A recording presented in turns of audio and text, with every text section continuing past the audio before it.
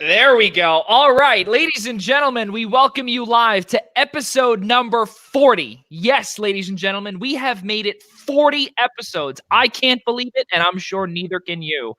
Right here, guys, Ian Schraier and Rob DeLuca. We are joined here this evening by one of Ian Schreier's close friends, Larry Pertakowitz. Larry, welcome to the show, and welcome to episode number 40. How are you? And thank you so much for coming on here this evening. Well, Joey, thank you so much for having me. I'm a big fan. I'm excited to be on episode 40, especially when, as a huge Mets fan, Steve Cohen closed the deal today.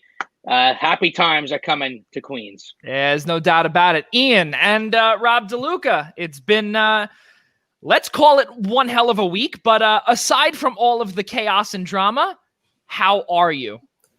I thought Friday is supposed to be a news dump day, Joey. All of a sudden, Friday became Alex Cora's back in Boston. Steve Cohen closes the deal. We have an election that's running 3 days late. It's been a great week, to say the least. What a year this week has been, huh?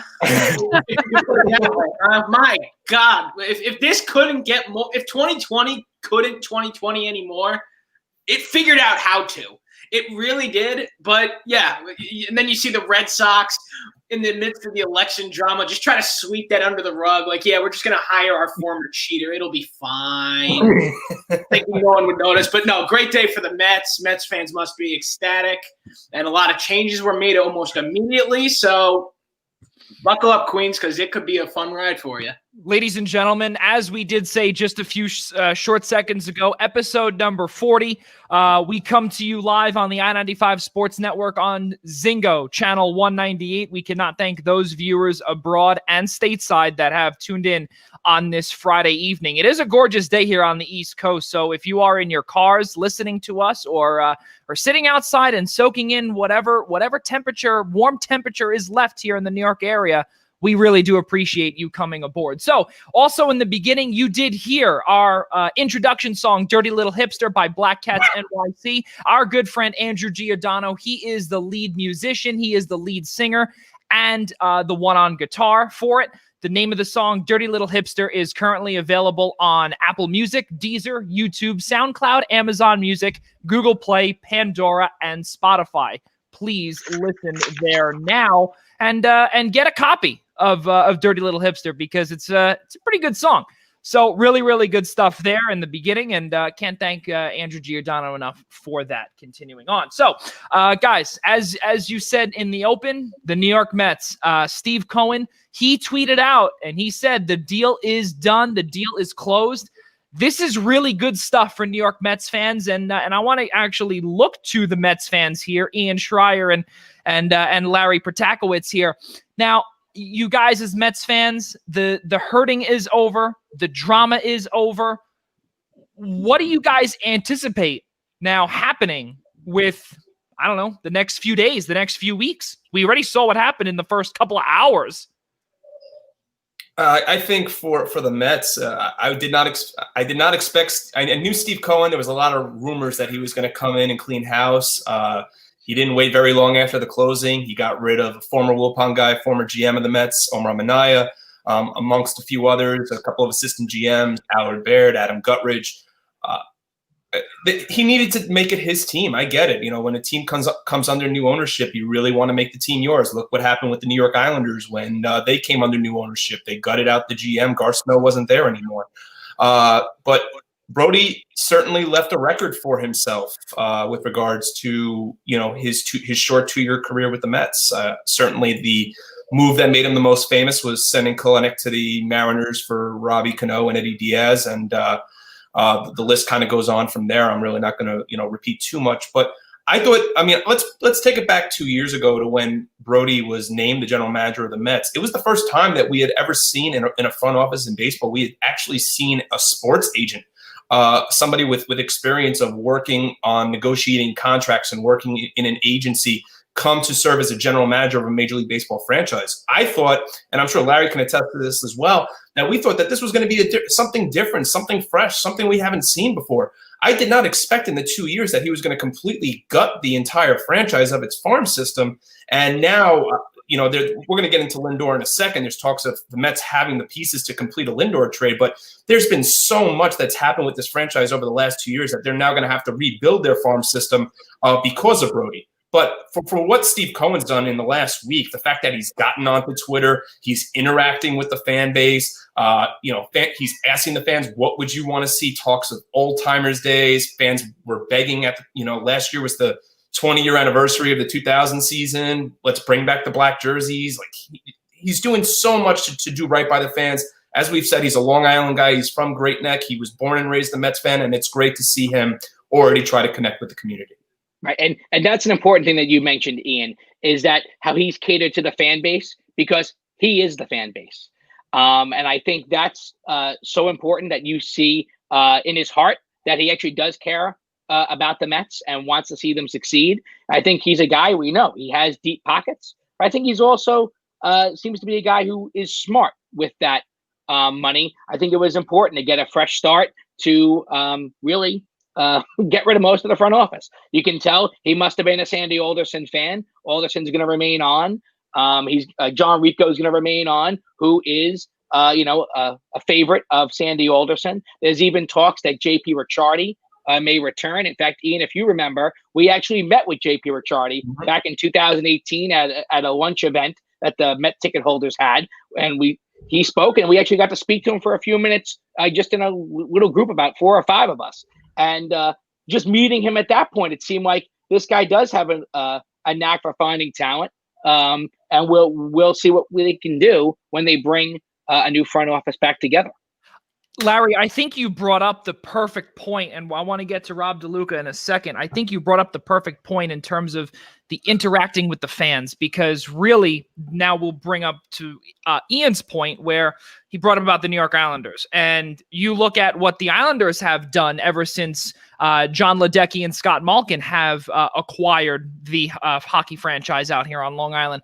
And Steve Cohen is pretty much taking a page out of John Ledecky's playbook where yes, we are in the midst of a pandemic, but normally what Ledecky has done ever since he bought the team back in 2014 at games when he was part owner or, about to become owner, the incoming owner, if you will, he would interact with the fans. He would go throughout the building and he would say, okay, great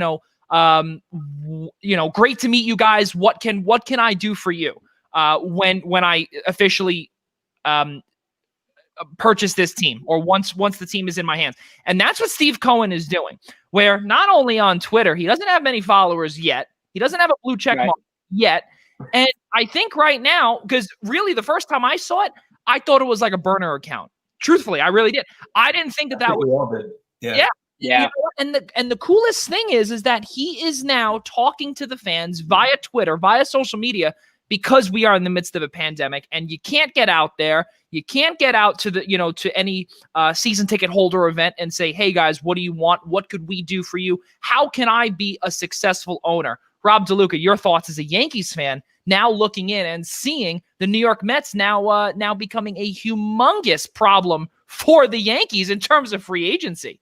Yeah, I mean, look, the New York Mets, Queens just became a whole lot more popular out there. I mean, this is now a very appealing destination out there. I mean, look, this is great what Steve Cohen is doing. This is absolutely great. I mean, he this seems like an owner who gets it, who is adapting to the times we are living in by just getting a Twitter and interacting and being like, look, we're going to do this together. As an owner, I want my fans' input. I want us to do this together, and that is how we can keep on winning together, because it is one big movement, and you just gotta. And Steve Cohen wants to make sure he is pleasing as many people as he can while keeping a winning product on the field. And I think with the amount of payroll the Mets are going to increase in, there's definitely going to be a lot of appealing targets out there, like a Francisco Lindor, or like, even, I really do hate to say it, I really do, a DJ LeMahieu. That would completely frighten me, and I would probably cry for the next week if it happened.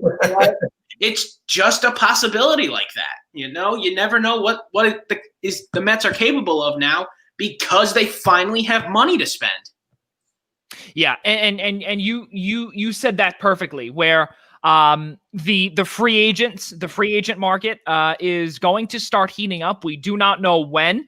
The way it is that on this coming Sunday, free agency opens. And I think, again, from what we keep hearing the big three, the same three names for the Mets: Trevor Bauer, George Springer, JT Realmuto. And something that Ian has brought up earlier was there's a possible trade for Francisco Lindor for the Cleveland Indians shortstop, the current shortstop for now. But we did hear the Cleveland Indians just about, I think it was a few days ago, say that it is imminent that we trade Lindor because there now is a money crunch. Listen, we are in the midst of a pandemic. Every single sports franchise is now going to be looking to scrape every single penny off the floor that they can and save every little penny that they can. And that includes possibly and most likely having to ship Lindor out of Cleveland. Why not the New York Mets? How can they do it? Ian, I want to start with you here. You brought up about how they might have to, or most likely will have to, rebuild this Mets farm system, all because of the outgoing Brodie Van Wagenen. Well, I think what it comes down to for a trade like Lindor, remember the Mets really don't need, and I use the word need lightly, a shortstop right now. There's too many other positions of need right now. They need starting pitching, so obviously Trevor Bauer is high on that list. This team has not had a reliable catcher since Paul DeLuca. So you're talking now almost 15 years ago since the 2006 season. And they need a center fielder. I mean, George Springer is the name that I think every reporter right now or every source is tying to the Mets because of his local ties of being from Connecticut and playing at UConn. And they need more bullpen help. I know they just Brad Brock and Dylan Betances both picked up their player options, but they need more than that. I mean, you don't know what you're going to get out of Edwin Diaz. You know, you hope Justin, you have Justin Wilson back. You hope you can have another good year out of him. They need some stable guys in that bullpen. So there's so many different areas right now that the Mets need to address. That do you want to start? Now, granted, he's a generational player. He's a top 5 hitter in all of baseball. There's no question about it. But some of the names that are being rumored, I know SNY put out like a prospective trade, Lindor going to the Mets. I think it was for J.D. Davis, Andres Jimenez, and Ronnie Mauricio, one of their other prospects right now that's coming up through the farm system.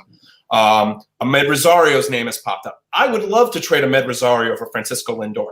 Where's the value right now? I don't see it. I mean, he's been with the team now, 3 years? And the Mets are still waiting for him. I mean, the Mets under the Wilpons always had this history of hanging on to guys too long and then trying to trade them when they had no value. So maybe Rosario's name has a little bit of value, but the names that I read today, according to a source, is saying that they would ask for an Alonso or a McNeil. So they're certainly untouchable. But, I mean, the Indians, as you mentioned, Joey, they're hemorrhaging cash. The Mets, and maybe even the Yankees or the Dodgers, the Red Sox even, maybe there's a handful of teams right now that's going to survive this pandemic and can actually go into free agency and spend money the way they want.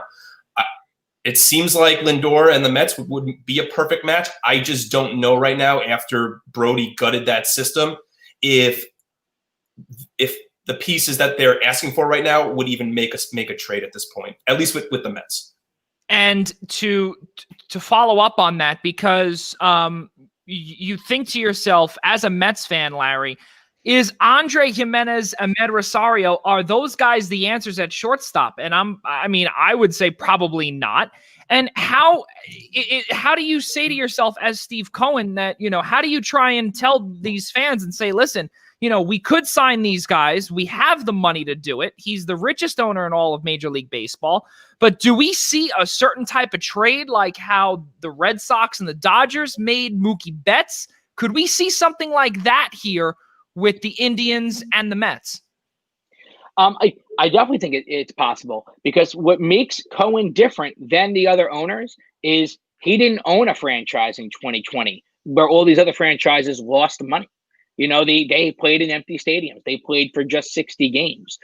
So as these teams lost money, in the eyes of Cohen, he walks in day one and he didn't experience that. So that could put him in a different situation. He might want to make a splash, but look, Brodie came in. He wanted to make a splash.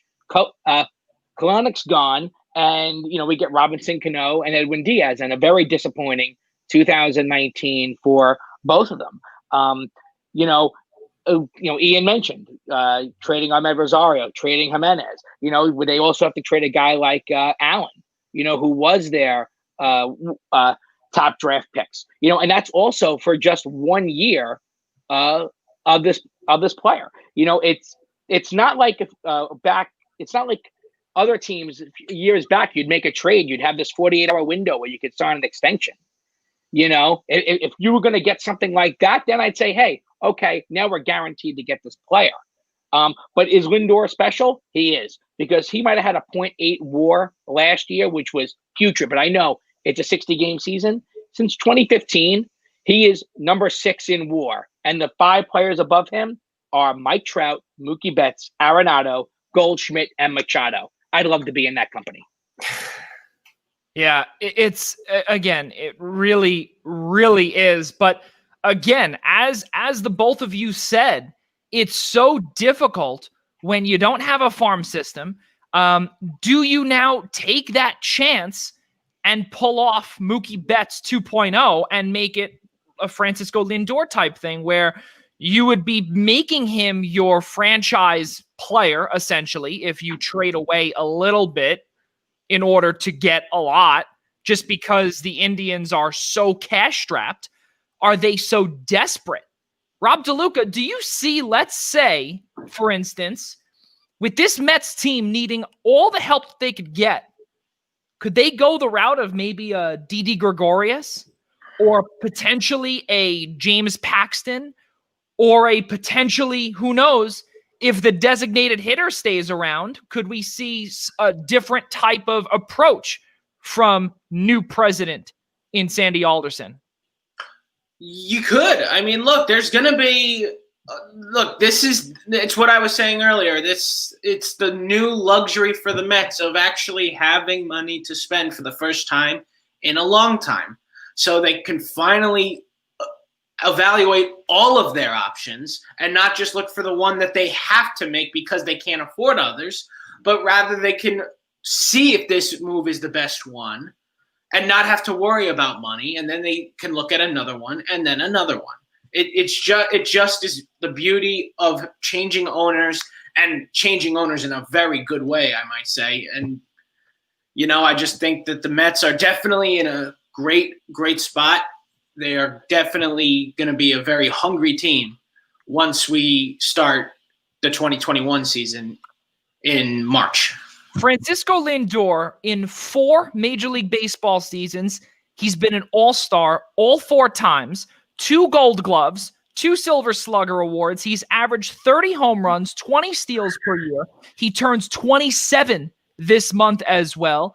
And also his numbers. He's averaged 285, his batting average 285, his on-base percentage 346, a slugging percentage of 488.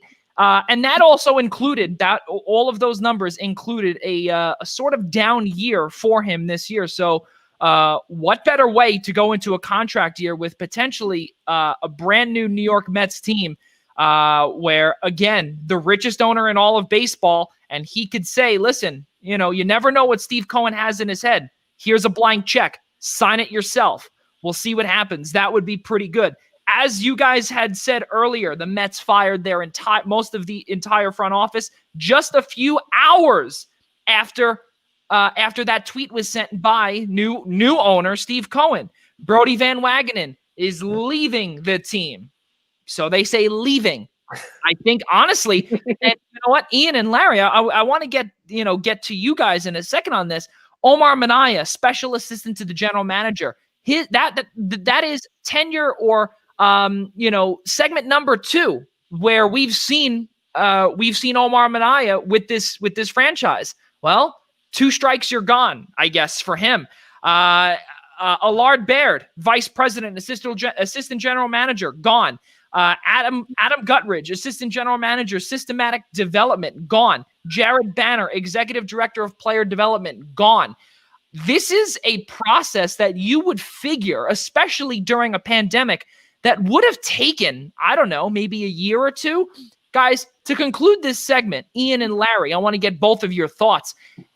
As Mets fans, I don't want to say are they moving fast, but when I know Ian, when we were on the show together last week and the week before, we said, and also most beat writers, most experts have said, that this whole rebuilding stage from the top to bottom in terms of ownership is going to take a year or two, especially in the midst of a pandemic, because we don't know what people want to do. A la hockey's Matt Niskanen. We have no idea what people want to do. And we continue going back to that example because people could possibly be retiring. They might not be comfortable going into this unknown. But clearly, Steve Cohen has different ideas. And I think also, guys, him saying Brody Van Wagenen is leaving, I think is very nice of Steve Cohen. Go ahead, Larry. Well, I think it's twofold, right? Steve Cohen had already been planning to buy this team for some time, and you could tell that long before this deal was closed, even when he was bidding against, J-Rod, right, the conglomerate that wanted to buy the franchise, that he had a plan in place. The idea that Sandy Alderson was coming back is not something that came out a week ago. It was something that has been known for some time. And I think the fact that Cohen is a fan, and it seems that he's an avid fan that actually follows the team probably on a daily basis, is why we've seen these moves happen so quickly. I've had conversations with Ian. For example, Ian's not a big Michael Conforto fan. I'm a big Michael Conforto fan, right? And I've said to Ian, we may find out during this first offseason what players Cohen liked as a fan, because you may see players we like that get shipped out just because he didn't like them, even though they're good ball players. So we may see some of that in the beginning, and that might be why we've seen the clearinghouse right away. But like you said, I think he did give Brody the respect of leaving as opposed to being fired.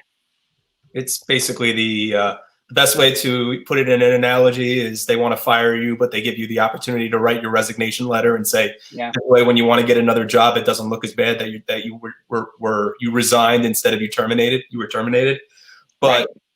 I think what you're seeing from, and this was something I read a couple of weeks ago, was, and Larry, you're going to have to help me with the money figure. I don't remember exactly what the number was, but a number of years ago when analytics really started to play such a key role in this franchise, the Mets were really one of the last franchises to even get on board with analytics because they didn't even have, what was it, Larry, a couple of million? It was only a couple of million, yeah. To basically install and utilize this analytical program that just about every other team in the league was doing, because the Mets didn't have a couple of million to throw at this program that everyone in Major League Baseball was using to make their franchises better.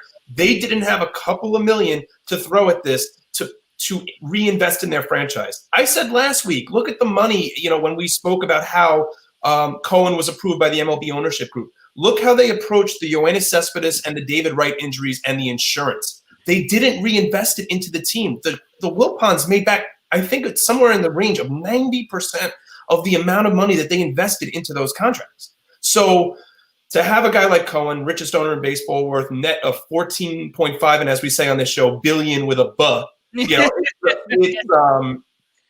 going to be nice to have a guy that has the ability to spend the way he does. And I want to jump back to Joey, one of your points with regards to Lindor, and same thing, and Larry brought this up too, was don't forget the last time, if Lindor does happen and they need to know the right guys to send Cleveland's way. Remember, 5 years ago when they traded for Cespedes at the deadline, Michael Fulmer was the big name that went in, or I should say the Mets really got a steal for Cespedes at the time because Fulmer was a solid arm coming through the system. He had a real good first year in Detroit, and he was never the same pitcher after. So if there's a guy, and remember, the guy who made that trade was Sandy Alderson. So I guess if there's an optimistic way to look at it, is if there's someone that knows how to get bang for your buck, and if the Indians are really that desperate to trade Lindor, you certainly have the right guy at team president to make that move.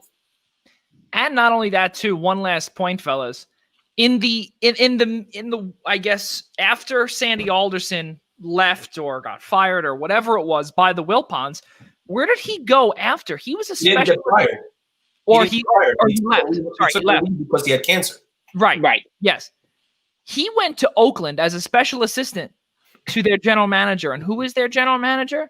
Billy Beane. Billy Beane. So you know what? Listen, how do we know that he may have not learned a few things while he was out in the Bay Area? Listen, there could be some things, and really, again, with the trades that and the signings, the vision that Sandy Alderson has, but also Billy Beane having, and him maybe staying there for or being out there for a year.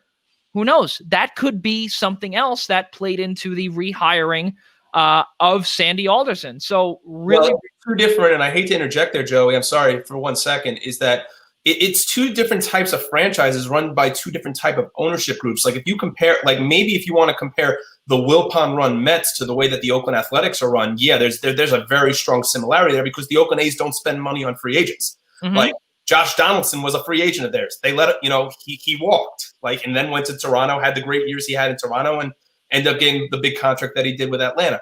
Oakland's always been a team that's like the Mets under the Wilpons have always tried to grow their talent from within. And then when it comes time to pay them the big, exorbitant contract, they haven't done that.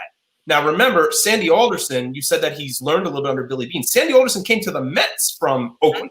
So it was actually his second stint with the Athletics. So he has that experience of knowing what it's like to run a team on a budget. I'll be very curious to see what he does running a team with as much payroll now as they have. Because they have up to, if you don't want to exceed the luxury tax, they have upwards of $90 million in theory in cap space. Right. And that's really the point that I make too, is that not only did he, and you brought up the perfect point, he was the one to make that Yoenis Cespedes deal for Michael Fulmer. On a budget team, let's not forget, they went to the World Series in 2015. Okay? They went to the World Series in 2015. Yes, they did not win, but you look at some of these players that performed at the right place at the right time, and a lot of them were on very team-friendly deals. So, hey, listen, if anyone can do it again, I truly do believe that it is Sandy Alderson. Fellas, let's get into our next topic. We have about 3 minutes until our 6:31 sports update. But in the meantime, let's get into football. Now, Larry, I have to ask you this. What's your favorite football team, or who is your favorite football team? Well, unfortunately, I am a New York Jets fan. You are a New York Jets fan. So good thing that we will not be discussing your team this evening because, well, they're 0-8. Well, Yeah. that's the segment. But wait, Joe Douglas gave Adam Gase a vote of confidence. Right. And he's going to keep on losing. That's right. Yep. Let's just leave it there. I'm not even going to start. Now let's get to the real New York team, the New York Giants. Guys, I was about to say real? That's right, the real. Guys, another game was thrown away. As Ian says here, at the behest. I like that. I like that word. Fancy word. I like it. At the behest of Daniel Jones. Now I have to ask the three of you guys, is he the right quarterback moving forward?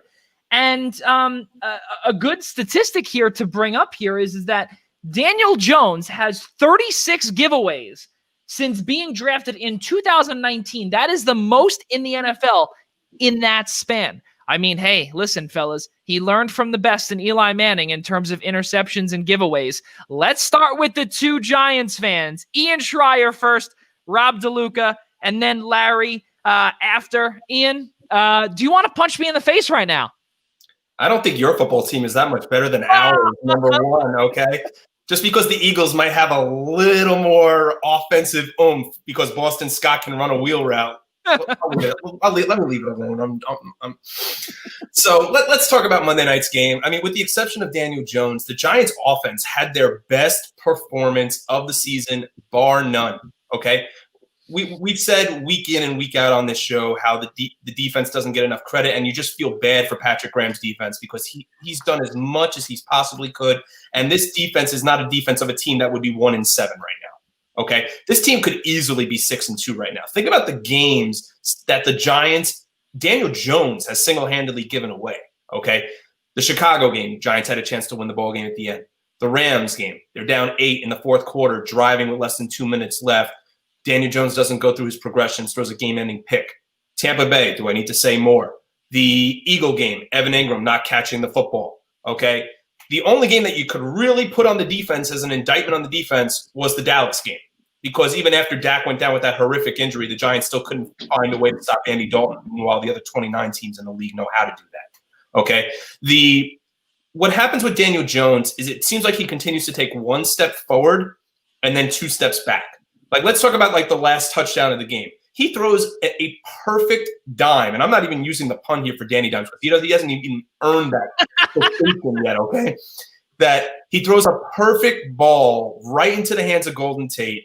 They have a chance to tie the game, send the game to overtime, which never even should have gotten that far. They run Dion Lewis on an out route. If he just gets rid of the ball instantly, it's 2. I could care less whether or not there was pass interference or no pass interference. If Daniel Jones is making the right decision, the game is tied. We're going to overtime. He has just not shown that he can get past the mistakes that he has made over the last year. We know that chronic fumbling is a problem. He doesn't go through his progressions. He continually eyeballs receivers, and linebackers and cornerbacks and members of the secondary are continually just eyeballing him and jumping routes and picking off the football. He doesn't roll out enough. Most of these offenses in college, don't forget, are predominantly read option offenses. They're offenses that particularly have a quarterback that's athletic enough to run the ball. I mean, aside from tripping over his own feet in Philadelphia, the guy knows how to run the football. Why isn't he rolling out enough? Why isn't he scrambling enough? Why is he just staying in the pocket? He has the athleticism to do it. That's how Tua, and I know we'll get into Tua as well, that's how Tua built his career at Alabama. Tua spent most of his career in the pistol or out of the shotgun formation and wouldn't even wait for the routes to develop. He instantly rolled out and found an open receiver or ran the ball for 5-6 yards. It doesn't have to be pretty, whatever wins games. But the problem is Daniel Jones is just not doing that. Yeah, I mean, look, there's no question about it. The Giants probably played their best team game of the season on Monday from all aspects except at quarterback. There's no question that Daniel Jones is the reason they lost that football game. And it's very frustrating that this team is now 1-7.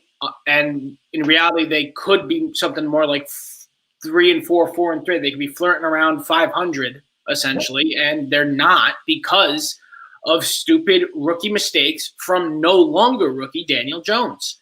So this is something that's either got to be figured out. Obviously, we're going to ride him the rest of the season because unless he gets hurt, you don't go to Colt McCoy because you're 1-7. It's not like he's going to channel a Nick Foles and run us to the Super Bowl.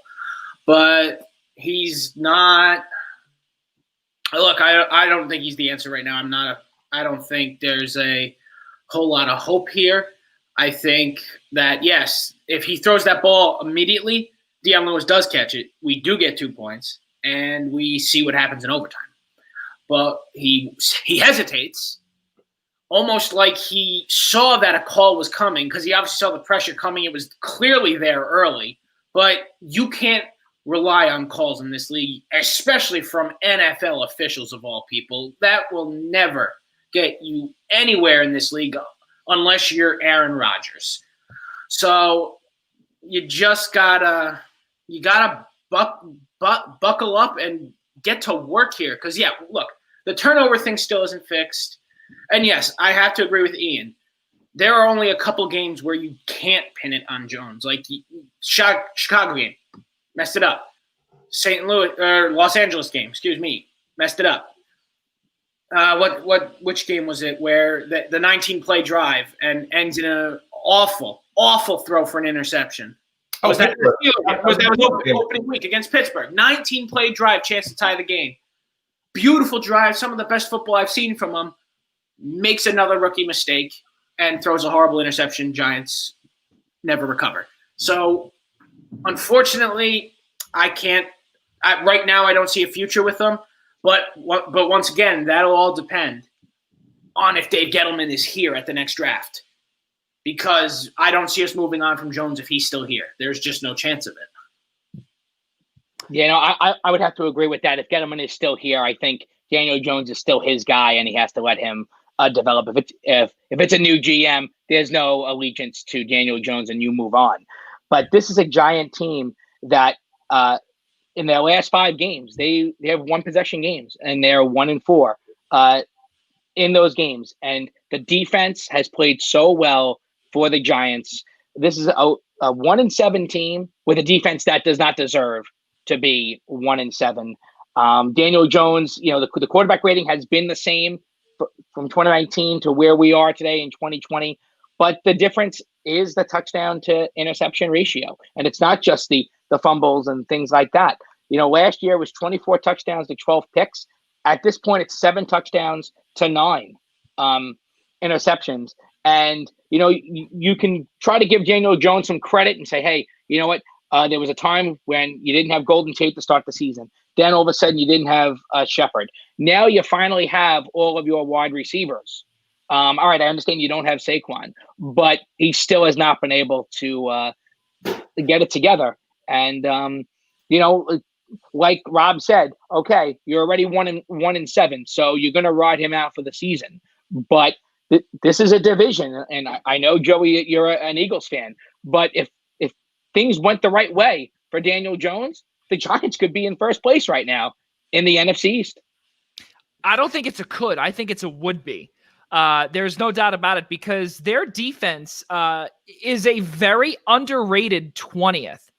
I think it's really, really weird to see that team defense for the New York Giants is ranked 20th. Well, Joey, because that's what happens when you're on the field for 40 minutes a game out of the right. Well, it's that, and it's also that they're actually what they've been the last 2 years is what they're not. They're actually the opposite of what they've been the last couple of years.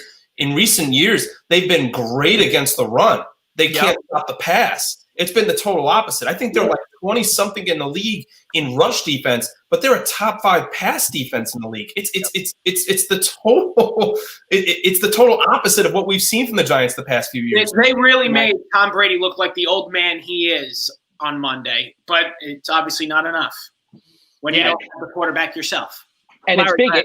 It's a passing league now. You know, they've clearly shown that it is a passing league. So to be among the top passing defenses is a big deal. But then now you can't stop the run.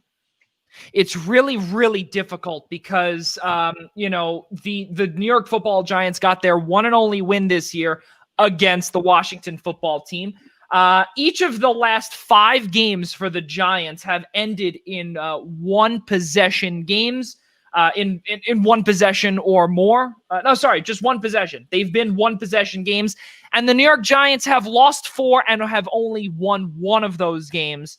Again, being against the football team, and they are also 13-43 since 2017, which is the worst in the NFL, going up against. We don't know who. Most likely it'll be Kyle Allen, but who knows? There was some talk with the New York Giants. There was some rumblings of Golden Tate wanting out of New York. There were some rumblings that he was told to go home from practice. That he was not seeing eye to eye with Daniel Jones. He was not seeing eye to eye with Joe Judge. I think there's so much turmoil in New Jersey that I think the biggest thing here is that exactly what you guys said. Quarterback has to, I guess, play himself out of this year. And really, it all comes down to the general manager. It doesn't have to do with with COVID. It doesn't have to do with Saquon Barkley, because as Ian said earlier, you have no more excuses. You have Evan Ingram, who again has been a extreme disappointment, and you can probably trade him for pennies to the dollar. That's the problem. Golden Tate, who is a receiver who has a fantastic resume, but clearly now he's getting frustrated. Sterling Shepard is back. And someone that we've always spoken about the last few weeks, how about Darius Slayton as well, who really we have not heard his name much at all. It's really a shame to see what's going on in New Jersey, because both sides of the lot of the stadium there, both the Jets and the Giants, have a combined 1 win. The last time that the Giants won, October 18th, 2020, against the football team. Anyone want to chime in as we move on to the next segment? Yeah, Joey, real quick there. You mentioned Darius Slayton. That was the best receiver that you actually could connect with on any sort of pass, whether it was the occasional deep ball that he would throw or even his short pass, even just his 10-yard gains, 5-yard gains, or, the famous Jason Garrett checkdowns. It didn't matter. He could always find Darius Slayton, and all of a sudden he's starting to ignore him because very, very possible a little bit of an outcry from Golden Tate. And it was because it was also clear that Golden Tate was not seeing targets from Daniel Jones on a regular basis during the games because he was working too well with Slayton. And it seemed like the odd man out was Tate. It didn't make sense.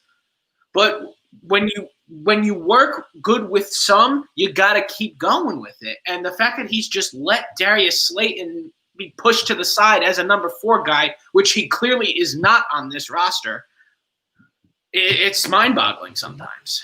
I disagree slightly, Rob, and I'm going to tell you why. I think that with regards to, and I'm going to come back to Golden Tate, I think a big reason why you're not seeing Darius Slayton incorporated into the offense the way we have been recently is because the Giants can't get the ball downfield. Daniel Jones does not have enough time in the pocket to get the ball downfield. When they're inside the red zone, and he's going to have enough time to get that ball into the end zone, at least so you would think. But when they're on their own, when they're in their own territory, and he needs a few seconds to let that play develop, he's got a pass rusher right in his face in the first couple of seconds. So the problem is Slayton's not seeing the ball because he just can't get the ball downfield because he doesn't have enough time. You do have a point there. I mean, that's something we've been saying for at least 3 years now with this horrid offensive line.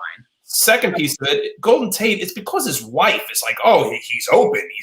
Listen, I love Joe Judge. He passes the eye candy test for me, no questions asked. He reminds me a lot of Belichick in regards to the way that he is a take no CRAP from anybody in that locker room. He doesn't care who you are. He's going to sit you. He's not going to play you, whatever you want.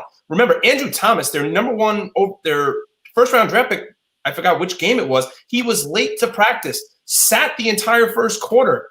You can't teach that in coaching. Most coaches are going to be like, that's my star left tackle. He's trying to create culture. He's trying to create atmosphere. And that is something the Giants have not had since Tom Coughlin. Yep, great coach. Love it.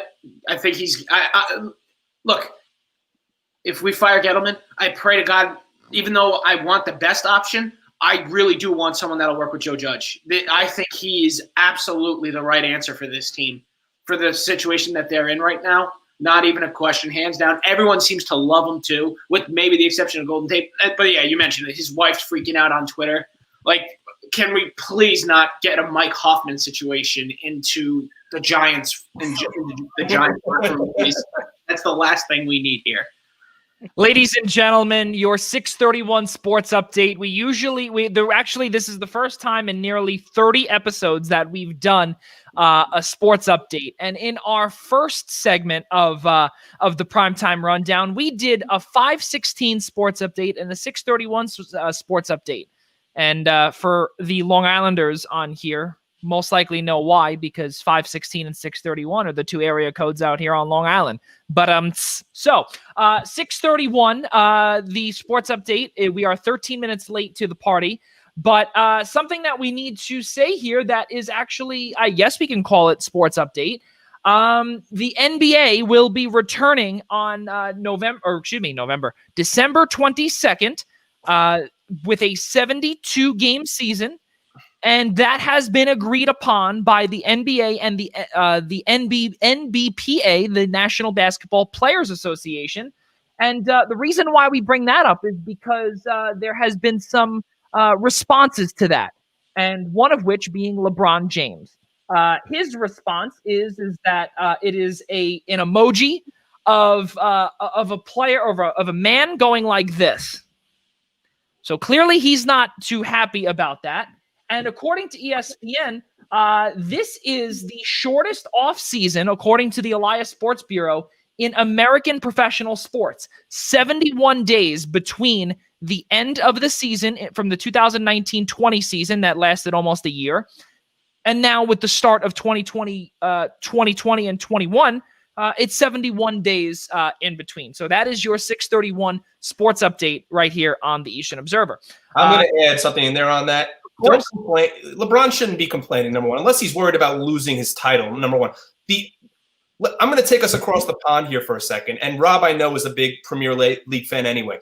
I think it's maybe 2 months between the end of the Premier League and the start of the next one. Stop complaining. You coach the Lakers. There's a coach there, but he's a figurehead. Like stop. You just want a title. What are you complaining about? Why? Yes. Why? Yes, Ian. I have to agree with him 1,000%. And that is what really grinds my gears, and it clearly grinded Ian's gears too. This is ridiculous. You just won a championship. You are the best player in the game and probably the second best player of all time. Get over it. Larry, would you like to add anything to that before we continue with football? Well, listen, I'm not surprised that they've agreed to start right before Christmas. You know, the goal was always to have, their big Christmas day basketball. The NBA has a high viewership on that day. So it just makes sense that that's what they wanted to do. But you know what? I guess the last thing to add is, what's going to happen first? Does the NBA season start, or do they finish counting votes in Nevada? I don't know. That's very good. So that segment, ladies and gentlemen, was your 631 sports update. So 647 here on the East Coast again. Ian Schraier, Rob DeLuca, Larry Protakowicz. I'm Joey Jarzynka. We cannot thank you enough for joining us here on episode number 40. It has been a fun 47 minutes, and we shall let it continue. We cannot thank Larry Protakowicz enough for coming on here and joining us and being our rotational host this evening for number 40. It has been a ton of fun thus far, and let's continue on with football, guys. Let's conclude our 6 o'clock hour with the NFC West, because the NFC West is a real toss-up. And, I think now we can turn away from the election talk, obviously, but toss-up has been the word that we've heard throughout this week. Not only that, but also with football, we could use that term as well. The San Francisco 49ers, the Seattle Seahawks, the Los Angeles Rams, and the Arizona Cardinals. The 49ers, guys, it looks like it's Nick Mullins' show all over again. George Kittle most likely out for the year. Garoppolo most likely out for the year as well. The Seahawks, they continue to prove doubters wrong with that atrocious defense. The Rams, we'll get to them in a second. I know Ian wants to definitely pounce on that. And also the Arizona Cardinals. Hey, great job, Kyler Murray. He's carrying my fantasy team. But again, who really can compete with the Seattle Seahawks? I want to start with Ian here. Let's talk about the NFC West. Go ahead. Well, I guess I'll make it a two-parter here. Who can compete with the Seattle Seahawks? The Arizona Cardinals are really the only team that can compete at this point with the Seattle Seahawks, just because of the season that look, I had a conversation actually with Larry last night about this, about the NFC West. And I said, look, they were 6-10 last year, but remember the way they started. And, when Kenyon Drake started coming on and Kyler Murray finally started to gel and develop, and that offense was starting to kick it into high gear. And then in the offseason, you acquired DeAndre Hopkins, and you have one of the best primetime games of the year, at least to this point so far, in the overtime win that Arizona had over Seattle at home.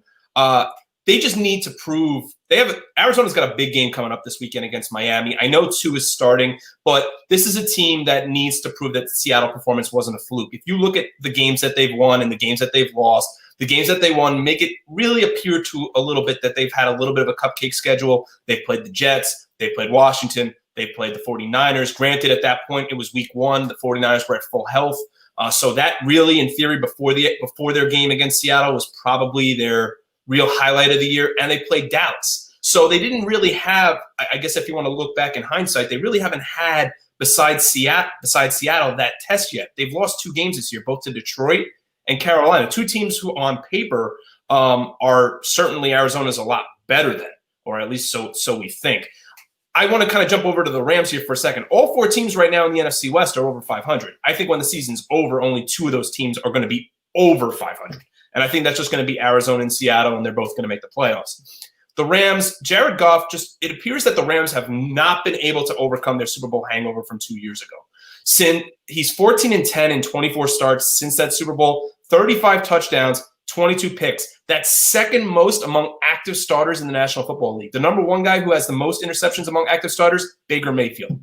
So Jared Goff, who at one point we were talking about, this is a slam dunk pick for the Rams. He was picked number 1 overall coming out of Cal. He's shown everything and more in his first 2 seasons. Even with Gurley as his back, he was getting the ball out to guys like Robert Woods was making a name for himself in L.A. Cooper Kupp was making a name for himself in L.A. Brandon Cooks, and so on and so forth. In his first 2 seasons as a starter, he had 60 touchdowns, 19 picks. So you see where things are falling off, and that's where my concern is with the Rams. Ian, you said there's Super Bowl hangover with the Rams. I was like, wait, what the hell's he talking about? And I was like, oh, right, the most boring football game of all time. Well, the most boring Super Bowl of all time. Oh, my God, I forgot about it. I blacked it out. It was so bad. But yeah, you're right. I think that definitely plays a part of it. And yes, in the NFC West, I think you're absolutely right. I think it comes down to Arizona and Seattle, probably both making the playoffs. And, when it comes down to it, yeah, Seattle, they've got their doubts. But you know what? There's been one consistent through this whole thing, and his name is Russell Wilson. People cannot continue to doubt this man. He is doing things with different teams each time almost, and continuously getting this team to win and put themselves in playoff positions, put themselves in Super Bowl contention. He has got to stop flying under people's radars because he is the best quarterback in that division. Kyler Murray is probably climbing up the ladders to get to number 2 already at this point. And at this point, after what we saw last night in what was yet another Thursday night phenomena, the notorious Thursday night football games, they really got to start considering dropping Thursday nights for football because these games are awful. But nonetheless, I think this kind of showed that the 49ers are sunk. It is too many injuries, and there's just not enough time left in the season. And because these guys aren't going to be back, I think they might be dead. It's unfortunate to say, but I think their season's over. I think, and Larry, I want to get to you in a second. I just want to throw in my 2 cents here about the Los Angeles Rams guys. And I know that that Ian did hit the point of Jared Goff and bring up some negative numbers with him there. The one thing that I have to really put the blame on here, and it's not only Jared Goff, guys. We have to look at the general manager and Les Snead. And I think the reason why, too, that a lot of the hangover with the LA Rams continues is because of these contracts that Les Snead was throwing out. And when he was throwing out these contracts, guys, he was throwing out big time contracts. And we're not talking little deals either.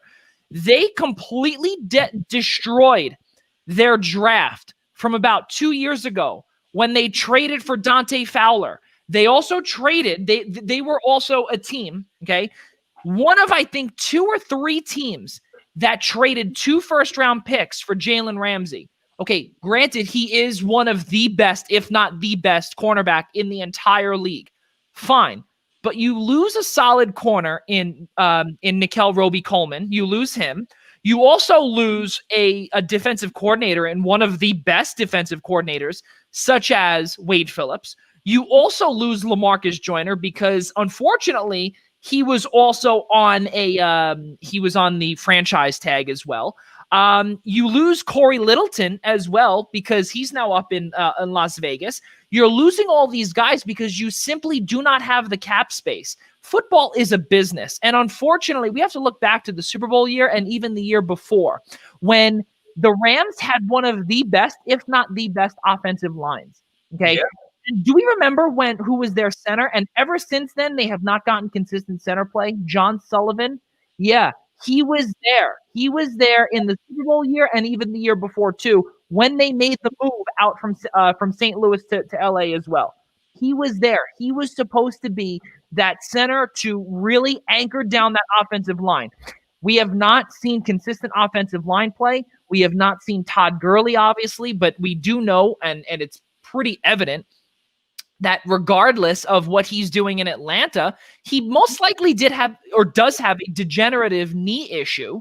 So to re-sign him or to whatever, or I mean, listen, they signed him to a big 4-year contract just 2 years ago, and that blew up in their face. Okay. Michael Brockers eventually came back, and that was very lucky because he was going to sign with the Ravens, but because of COVID, that fell through. Lucky for them because they would not have a solid pair alongside Aaron Donald. Listen, can Aaron Donald do it all? Yeah, he can. But how much can he do? Okay. There's really not much now. They have to look now at Leonard Floyd. When's the last time we heard Leonard Floyd's name? When he was with Chicago, okay? They are now getting these scrubs because they've paid too much money to Cooper Kupp, to guys like Cooper Kupp. You have a lot of money now thrown towards Robert Woods, too. Andrew Whitworth. Listen, I appreciate to see what's going on here with the Rams, but I can't fully blame them. Larry, let's conclude the segment with you here with the NFC West. Okay. So, well, just to piggyback off what you were saying, Joey, is that right? The NFL is a business, right? And that's why you look at a team like the Patriots and how they were good for so long. Tom Brady always took a pay cut. They were never. How many times did the Patriots have cap issues? During their run. But when you had a quarterback who is, amongst the top in the game, who was not being paid that way, you're able to do that. But to go back to the NFC West, it is definitely a two-man race. It is the Seahawks. It is the Arizona Cardinals. And you know what? I think the Arizona Cardinals, the fact not only that they added DeAndre Hopkins, but in the last few weeks to see a receiver like Christian Kirk start to become a name that people have heard before. The fact that Kenyon Drake gets hurt and he's not going to play, but don't worry, they have Chase Edmonds who has got great legs, and I think there's a chance that Arizona won't miss a beat. Do they still have the tougher games to be played? Yes, but I think they'll be able to prove themselves, and I do agree that there'll be two teams that will have 500 records or better at the end of the season. And it will be Seattle, it will be Arizona, and both of them will be in the playoffs. Yeah, it's really unbelievable to see what's going on in Los Angeles, and really a shame to see what's going on in San Francisco as well. And really, San Francisco, they've just been hit with the injury bug. But that's really been a lot of these teams. They've been consistently hit with the injury bug, and you can't fully blame everyone here where it's, bad quarterback play. Maybe Jimmy Garoppolo's getting exposed. We don't know what the deal is. There's so many question marks in the NFC West, but really, really good stuff. And we'll see what happens. It's clearly a two-man race. Ian, finish off this this NFC West here, just to conclude that to conclude the segment and the 6:00 hour. Yeah, I think with getting back to the 49ers, there's not really too much to be said other than the injury bug bites them again. And this time it wasn't the MetLife Stadium turf that caused all their injuries. 5 of their final 7 games were against teams with winning records. And with guys like Nick Mullins, last night against Green Bay, despite the blowout, we all knew it was going to be a blowout. They had one starter on defense that was playing, Eric Armstead. After that, that was it. So to ask these guys who still have games remaining against other divisional opponents, among others, like I said, 5 of their final 7 games are against teams with winning records. The only 2 teams that don't have winning records are teams that are still actually in postseason contention. You know why I say that? Because it's the Dallas Cowboys and the Washington football team. That's the other 2 games that San Francisco has left on their schedule. So in theory, you have 7 teams that are all still fighting for postseason contention that are still on San Francisco's schedule. What helps the Seahawks and their putrid defense is the fact that they're going to get Jamal Adams back this weekend after a 4-game absence. He's going to help them because right now Seattle has the worst pass defense of any team in the National Football League. So that's not doing them any favors whatsoever.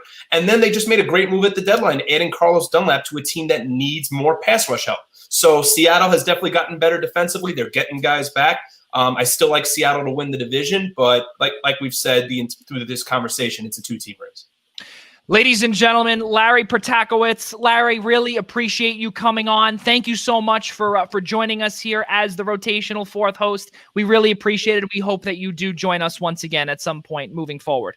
Thank you so much. It was great to be on. Yep, absolutely. Have a great night, and we are going to get our next guest here in Jim Wexell, and we have a little bit of a problem there. So it looks like we're going to have to go with no graphic there. Sorry about that. I don't know what the deal was there. But ladies and gentlemen, Jim Wexell. Jim, how are you? Steel City Insider for 24/7 Sports. Jim, Joey Jarzynka, Ian Schraier, Rob DeLuca, thank you so much for joining us here this evening. It's great to be here. Really. Is there too much light? I was in the dark here, and I'm trying to get this right. Am I all right? You are good. Yes, I think over here you are. You're doing so far so good over here, ladies and gentlemen. Brand new book coming out for Jim Wexell. It's called Polamalu, and it's going to be coming out November of 2022, according to Google. I hope that is right, Jim. And 2022, Google is that and that is you can get it a couple years early. Okay. Hey, I don't know how Google works. Have they been snooping my files? I got something wrong. I don't know. I don't know. Well, it's going to come out. It's going to be on Amazon. It's going to be, I'm on Facebook. I'm on Twitter. You'll be able to find me at any Steelers site. Ask around, but it's going to be worthy of reading, especially for Steeler fans, especially for kids. I would get this. I don't want to just say my son, but I think every 12-year-old son should read Troy Polamalu's biography. Seriously, it's what a parent can do for his. It should be an anchor in a young Steeler fan's library, really. And if you saw that a graphic you used, that's the whole cover. So from side flap to side flap. And see, you see the Polamalu going right down the middle. That's your spine of the book. So it folds around. Yeah. I like this better than just the half of it without the hair, That's why I gave you guys this graphic. I was going to ask about the Head and Shoulders commercial, so I figured that's got to be dropped in there. I was, doing all this stuff, and Head and Shoulders came up, and I'm like, when did he do his first commercial? And I just wrote to Head and Shoulders, said, contact us. I wrote to him. I said, when did you first do your first commercial with Troy Polamalu? I said, sorry, we can't release that information. I said, sorry, I will not use the word Head and Shoulders in my book. But I ended up did something like this. Brian Clark and Troy Polamalu were head and shoulders above the rest of the safety tandems or something like that. And I'm like, should I take Head and Shoulders out? No, it's natural. It's not product. So. Oh my goodness. So ladies and gentlemen, Jim Wexell. Jim, really appreciate you coming on here. And again, as he did just say a short few seconds ago, Polamalu, it's an inspirational story on Pittsburgh strong safety Troy Polamalu. And you know what? I got to tell you this, just to add a couple of cents in here, Jim. I'm showing my age here. I can't believe to say that Troy is in the Pro Football Hall of Fame, or will be next year, if you will. This year obviously was postponed due to COVID-19, but it's wild to you grow up watching this player, this legendary strong safety with, as we said, the hair, and that's what he's known for, And now you're writing a book about him, and time goes on, it's crazy. It does. We'll wait till your heroes start passing. Yeah, mine and Troy's. As I found out, was Walter Payton. So, and he's passed a while, and it just doesn't seem, I was probably your age, what you're talking about, watching Polamalu. I was that age watching Payton. Wow. And Gale Ferris passed. I'm from Chicago, but I've lived here since the 8th grade. I lived the 70s here in frustration. And the 80s, I didn't care because my Bears were hot. And then the 90s and the 95, I started covering the team. I got to know the people. Class acts. Then it was Donahoe, Cower, and Dan Rooney were the main people. Now Art Rooney and Mike Tomlin and Kevin Colbert. It's just, you just can't help but respect them and like them and want them to win. I don't even think about my old Bears. That's weird too. That's how old I am. Ian, let's get Jim started up here and Pittsburgh, Baltimore. What a game last week. And Ian, let's get this started. Yeah, I mean, it was just such an exceptional game between two huge rivals, and a game really to put things at the top of the AFC North, especially with the two teams that are right now projected to be Super Bowl contenders coming out of the AFC, maybe besides the Chiefs. Early on in the season, we really saw the Steelers struggling out of the gate not in terms of their record. Obviously, they're 7-0 for the first time since '78, and in '78, the Steel Curtain team that won the Super Bowl. But it seemed like offensively, they were just really struggling to get going their first two games. They go to Cleveland, they win 38-7 against Cleveland, and it seemed like Mike Tomlin was really adamant about the fact that his team was able to finally get going early on in games, and we've seen that over their last three games against Cleveland, Tennessee, and obviously Baltimore. It seems like this team has just been awfully resilient all season round so far at 7-0. Who has really been the most promising surprise in your opinion so far this season? Promising surprise. Well, Ben's arm looks good. And, you worried that it was going to be one of those late stage Peyton Manning arms where he just wins by guile. I don't know that Ben had as much guile as Peyton Manning, but his arm's stronger than Peyton's was at the end, and Peyton won a Super Bowl. So that's really promising and surprising. Of course, the entire rookie class I was talking about this with Stan Savran today. The two rookie classes in a row. Look how well they're contributing. Let's go down the list. I'm getting the two classes mixed together. Deontay Johnson was last year. Chase Claypool, obviously. Third round pick was Alex Highsmith. He made the game turning play with their three outside linebacker alignment. And then the Kevin Dotson's been a nice player at right guard when DeCastro was down. And Carlos Davis, and the fifth round pick is playing, right? I'm supposed to know this stuff. The fifth round pick is McFarland's playing a little bit. I don't know. Was he the fifth round pick? There's another guy, but all the way down. Justin Lane last year is playing well. So great drafting. And Terrell Edmonds is playing a little better. Cameron Sutton, Robert Spillane, talk about surprises. So, they start slow, but they won because usually they start slow and lose. Tomlin doesn't beat these guys up in training camp anymore, and he probably doesn't give them enough playing time, and they come out slow, but they're usually healthy, and then they get strong as it goes on. So you would hope they get strong as they go on. But I do know, boy, they sure looked not deflated, just blowed is what Brett Kiesel called James Harrison after his 100-yard return. They're flat out blowed. He said, "This is what we say in the NFL, Jim." They told for the Pull 'em all the book. He looked deflated, just whipped. And I asked him that this week, Roethlisberger. He said, "I was." He said, "That was 2 games in a row, but we'll pick it back up for Dallas." I said, "You don't have a history of doing that." Saying, I don't know if you follow their history. They've lost some really bad games that they shouldn't have lost the week after playing the Ravens. 2 of those Raiders losses in this last decade were the week after playing the Ravens. They lost to a winless Jet. I believe they were winless. When you say Jets, you just want to say winless Jets. I don't know the year it was, but they were the Jets, and they lost to them after a Ravens game. San Diego, when Josh Victorian played cornerback, I remember that. So I would not give the 14 points this week. And they may blow them out because they're a much better team than Dallas. But there's no way I give the 14 points. No way. This game has me more scared than the Ravens did. It's very funny, Jim, that you bring up the question that you had initially asked Ben Roethlisberger this week.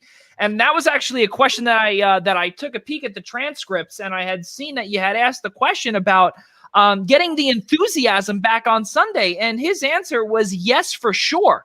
But, against the Dallas team who's giving up 33.3 points a game, which is a league high right now, let's just say also Ben Roethlisberger, who, by the way, had a career low or tied a career low in passing yards in the first half. Is there some sort of maybe a sense of concern if, let's say, he can't get that enthusiasm up and running against a horrid Dallas team that is not only decimated with injuries, but their defense, it's similar to Swiss cheese? Well, at least I kicked them in the butt about it. At least I put it on the record. Even you see it. Yeah. And so I couldn't even remember his answer. I didn't use it because he really didn't. He just went on, we'll find a way. Well, you probably have better access to what he said than I do. But I was like, yeah, I've heard this before. But the team is so young. And, this isn't – Josh Victorian's not playing anymore. Antoine Blake's not playing anymore. Ryan Shazier, for the most part, that hole has been filled, even though Devin Bush went down. But Avery Williamson is in the hole if things go wrong. The nose tackle's a little iffy this week, and going against Dallas without a quarterback, I got to think they're going to hand off an awful lot and try to expose up front what the Ravens did. And so with Bugs coming off his first good half of football, he's hurt. He practiced today, but Henry Mondo is warming up in the bullpen as a nose tackle. So we're going to see. I think we're going to see a lot of Henry Mondo this week, and if we see a lot of the nose tackle in the 3-4, that could open things up if Ezekiel Elliott does Ezekiel Elliott things. So. Yeah, it's very funny you bring that up also because about, with that 3-4 and potentially being exposed by a man such as Zeke Elliott. I want to ask one more question before we head on to our next host here. And you bring up the fact that Bugs is injured, but also their starting nose tackle, Tyson Alu. I always. Yeah, you had it. You just Alu. There we go. There we go. One more Alu, weren't you? Now he suffered a knee injury against Baltimore, and then at one point we also saw Cameron Hayward. He went down for the count for just for a couple of plays. The deep breath almost. That you see and you can, picture Heinz Field, let's just say, 5,700 fans or however much, in a half capacity or 30% capacity stadium, just hearing the deep breath from those fans. How difficult is that now for the Steelers? Let's just say, for instance, now they could be down to their third nose tackle. Thankfully, Cam Hayward, he was off the injury list earlier this week. I think on Wednesday or yesterday he came off of it. But Isaiah Bugs, he claims he's ready to go. What are your thoughts on that? Yeah, well, Alu, I sometimes take for granted that you guys, that your audience knew that he was out. But yeah, he got hurt early last week. Yep. And when Bugs came in and got pushed all around. I think the Ravens rushed for over 200 yards in the first half, or close. Yep. And then the second half, Bugs made some of the biggest plays of the season in tackling Lamar Jackson on 4th and 3. And I believe he caught him on 3rd down, 3rd and 5 before that. And it's because Lamar Jackson was going to test this guy. He had his center one-on-one. He was going to move him around, and Bugs refused to be moved, but then he got hurt. So it's now Henry Mondo who started the season on practice squad. Now, nose tackle's a little different because you don't usually play like it's not the old Casey Hampton days. So, but if Dallas wants you to have them on the field, they'll bring their big guys out and make you put them on the field. And that's probably what they'll do with the quarterback situation. But in the Steelers' favor, the two backers, Spillane and Vince Williams, are run pluggers. I mean, if you want to criticize them, criticize their pass coverage. But, if you're going to line up and attack their nose tackle, those two inside backers, they're stout and they're tough, and they'll stand up in the run game. Rob DeLuca. Yep. So yeah, Jim, I'm just curious here. I mean, I'm a curious guy. I like to think about things like this. It's just, this very young team last year. Let me interrupt you on that curiosity. Dick LeBeau said that was Troy Polamalu's greatest trait. He was so curious. So there you go. It's a beautiful thing sometimes. Mark of a genius. Rob, you just compared to Troy Polamalu. That's quite a highest honor, I would say. You just need the rocks, buddy. That's it. Maybe I should try it. Maybe we'll see. But no, this young team last year loses Ben Roethlisberger. They don't perform so well. Ben Roethlisberger comes back this year, 7-0, and now we're talking about possible Super Bowl. What is it about number 7 that is just so important to this franchise, so important to these young guys, that he's just this basic spark plug to rally everyone together and get these wins? Well, when you were framing the question, it made me think of something, a really good point. This team did battle last year with those backup quarterbacks, and I think they were 8-4 at one point before they finished 8-8. And it looked like they were going to make the playoffs. So they played in a lot of big games and game planned at a high level, played as hard as they could to do it. So at 8-8, they learned a lot. They learned how to win half the time with novice quarterbacks. So when Ben comes back, now you've got a team that was all ready. They had been hardened, as Tomlin liked to say, iron sharpens iron. And so I've seen this before when key injuries return, then the team really takes off because a lot of people got to play, had to play at a high level, and now it's all paying off. So what does Ben bring? Man, he wants this so bad. He wants to win so bad. He won in his second year and in 3 years later. So in 5 years, he had 2 rings. And here's a guy that was looking at all-time great accolades, and it didn't happen. And the ups and downs of career. Now he's 38. He watched that defense from the bench last year, and he got really hungry, as the players like to say. And he sees that he could win a ring. When they in the offseason, when I was calling other people with the team for the Polamalu book, I was hearing that Ben was really looking great. And they were the upper echelon of the organization was very nervous that the season wouldn't go off. They felt, this is not surprising anybody with the organization, especially when they saw Ben's arm was okay, that they wanted to make sure this season went off, because this was a definite chance, and it is a definite chance. It's turning out that way. So they can get number 7 can get number 7, and he can get his 3rd ring. Those are big numbers, 3s and 7s. Those are your lucky numbers in the universe. Somebody find a way to get a 9 in there, and we're good. Ian Schraier. Jim, I want to say that thank God for players for draft picks. I mean, look, you said it yourself. Chase Claypool, a 2nd-round talent, and 10 wide receivers were taken ahead of him, and Deontay Johnson the year before that in the 3rd round. Because after week 1, in Juju Smith-Schuster's case, it looks like he's still trying to refine that form, and because he does want to get paid, but he wants to refine that form that we saw of him only a couple of years ago. And I guess the same could be said for James Conner coming off that, the injury that he had. So my question would be, I wouldn't say that they've certainly haven't played up to par where I think Mike Tomlin thinks they should be playing at this point. But could one of them really rise and become so promising down the stretch in a playoff run for them? Well, the next gen stats, I don't know if you saw the speeds of the Steelers wide receivers. They had 4 of the top 16 in the NFL, but none of them were in the top 5. None of them are elite, as you say, but Juju was number 6. His average go route, miles an hour, and Juju's actually the fastest go route runner on that team. So, yeah, I think Juju can rise up. Ben's not hitting his deep balls at all, and he works on them in practice, and sometimes you can see how frustrated he is, but it's going to come. I assume, because the strength is there. I think he's just missing on the accuracy. He doesn't have that down yet. So once that happens, I think Claypool is their guy for that, because Juju does so much else inside, but he's still got the speed. Yes, I don't want to call him the number 1, I don't really know who you would call number one.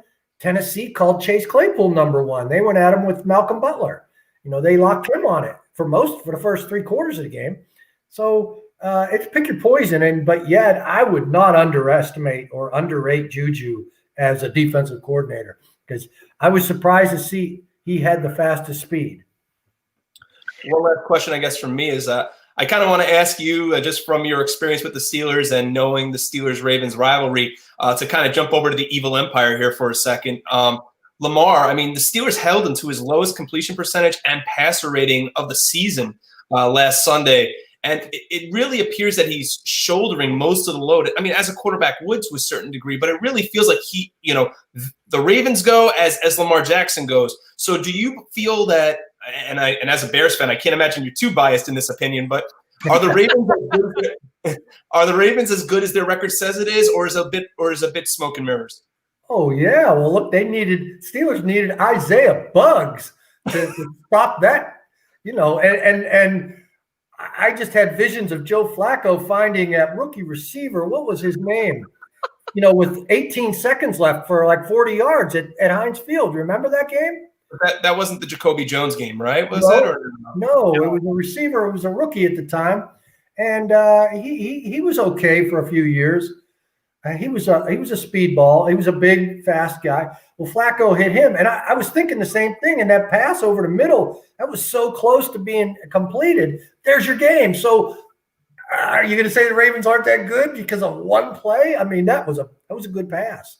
And Minka made a great play, but is he going to make the play the next time? And is Buggs going to make the tackle? So I have no belief that the Steelers are that much better than the Ravens. There's a lot to like about the Ravens. You want to say they need another receiver, but Willie Snead kills them every time. What do you mean need another receiver? I don't know what their passing game problems are. Maybe Marquise Brown isn't as good as we all just assumed. I don't know. Willie Snead sure shows up every Steeler game, and we know Mark Andrews can play. Yeah, it's funny that you mentioned Marquise Brown, because his first game he went up against such a porous Dolphins defense and put up the 3 touchdowns and the 200+ receiving yards, and everybody, he earned the name Hollywood in college in Oklahoma, and it seems like it followed him to the NFL. But it seems like he hasn't been the same receiver since that game, because he certainly earned the well-deserved praise, but he went up against a very porous defense. He still scares me when I'm, rooting against the Ravens. He's a scary receiver. But like you said, there's something wrong with that passing game. I don't know if it's Lamar Jackson. I don't know if it's a pass protection. They missed Marshall Yonda, but not all that much. I know that guy who replaced him is a rookie, but boy, look what their offensive line did to the Steelers last week. Oh. Yeah, and Ian, if you don't mind if I ask another question here. Absolutely. Now, this is the second, Jim, this is the second all-time or second time in franchise history that the Steelers have started 7-0.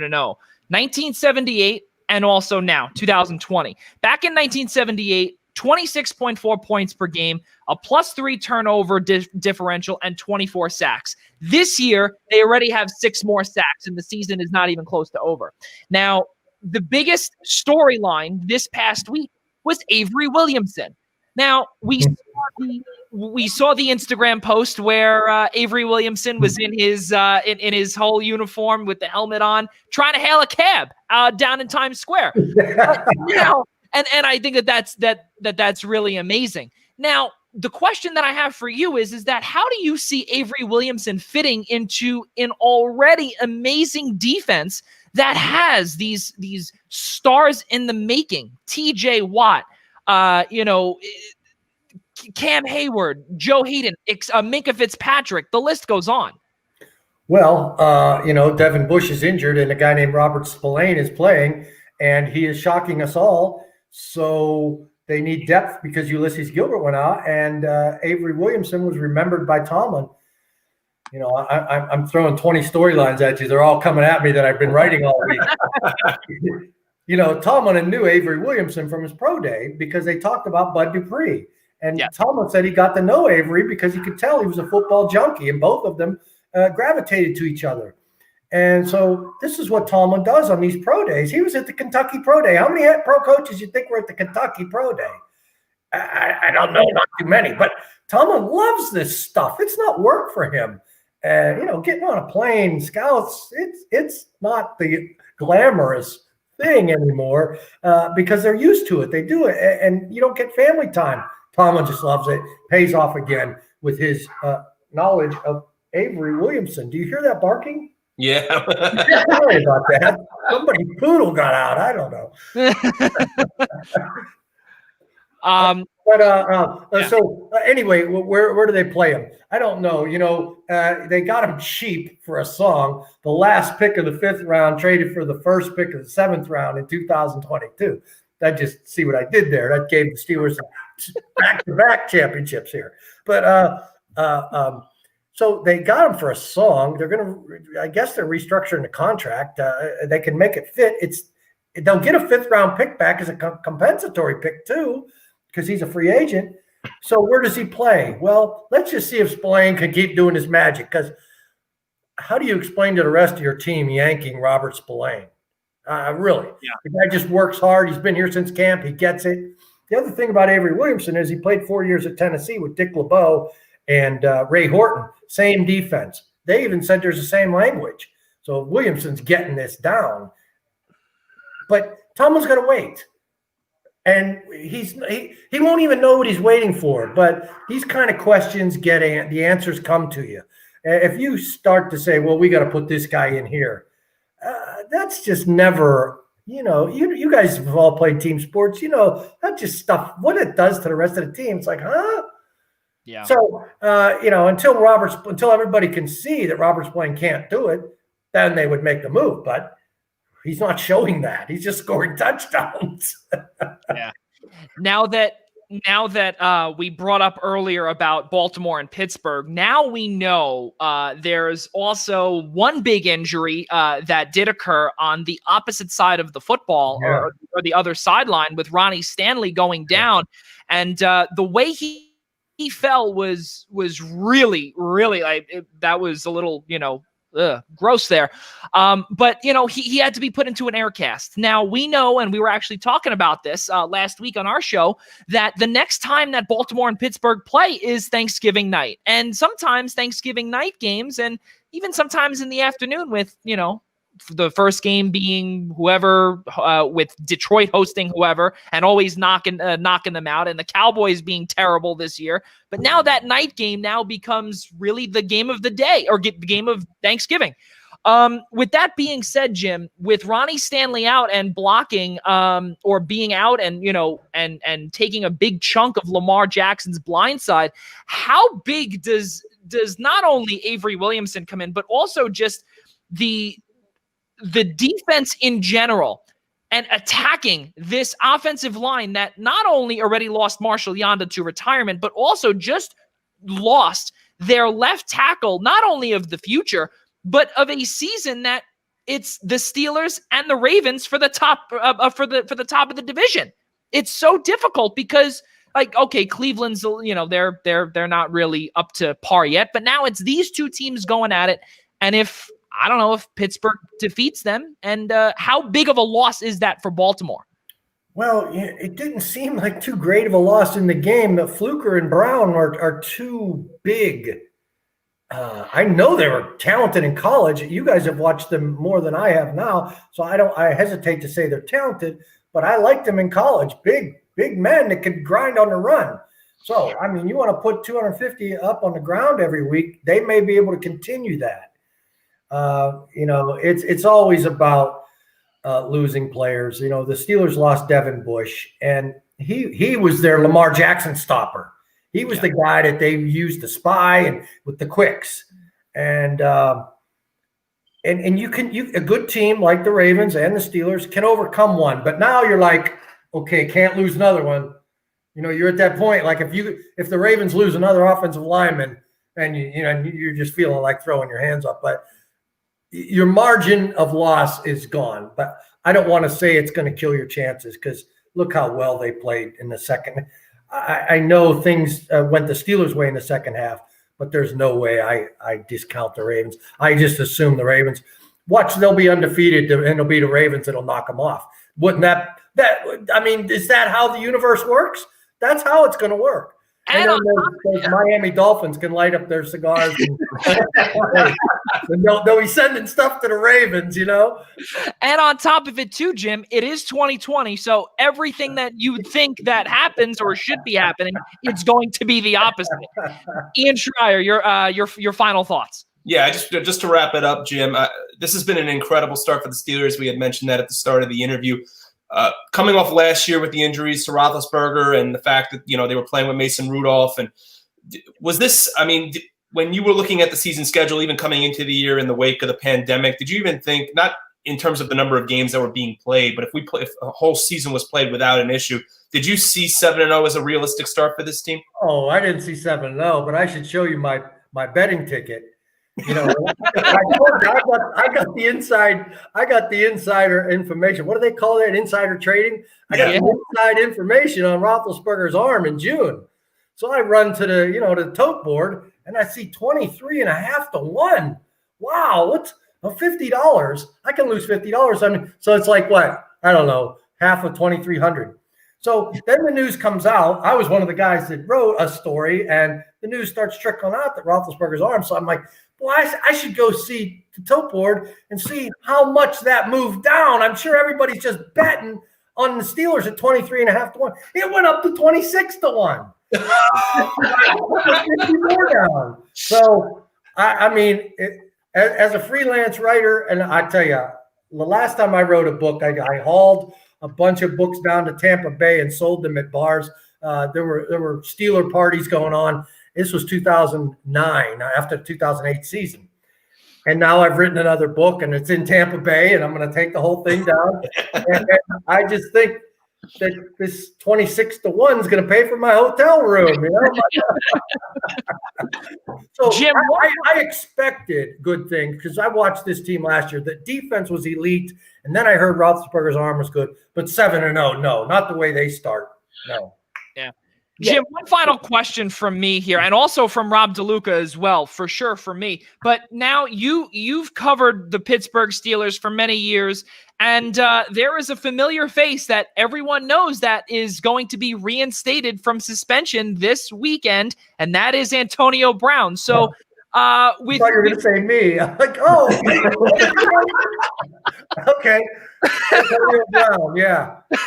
So, with Antonio Brown being reinstated from suspension this weekend, you've covered him for many years, for much of his tenure, I'd assume, in Pittsburgh.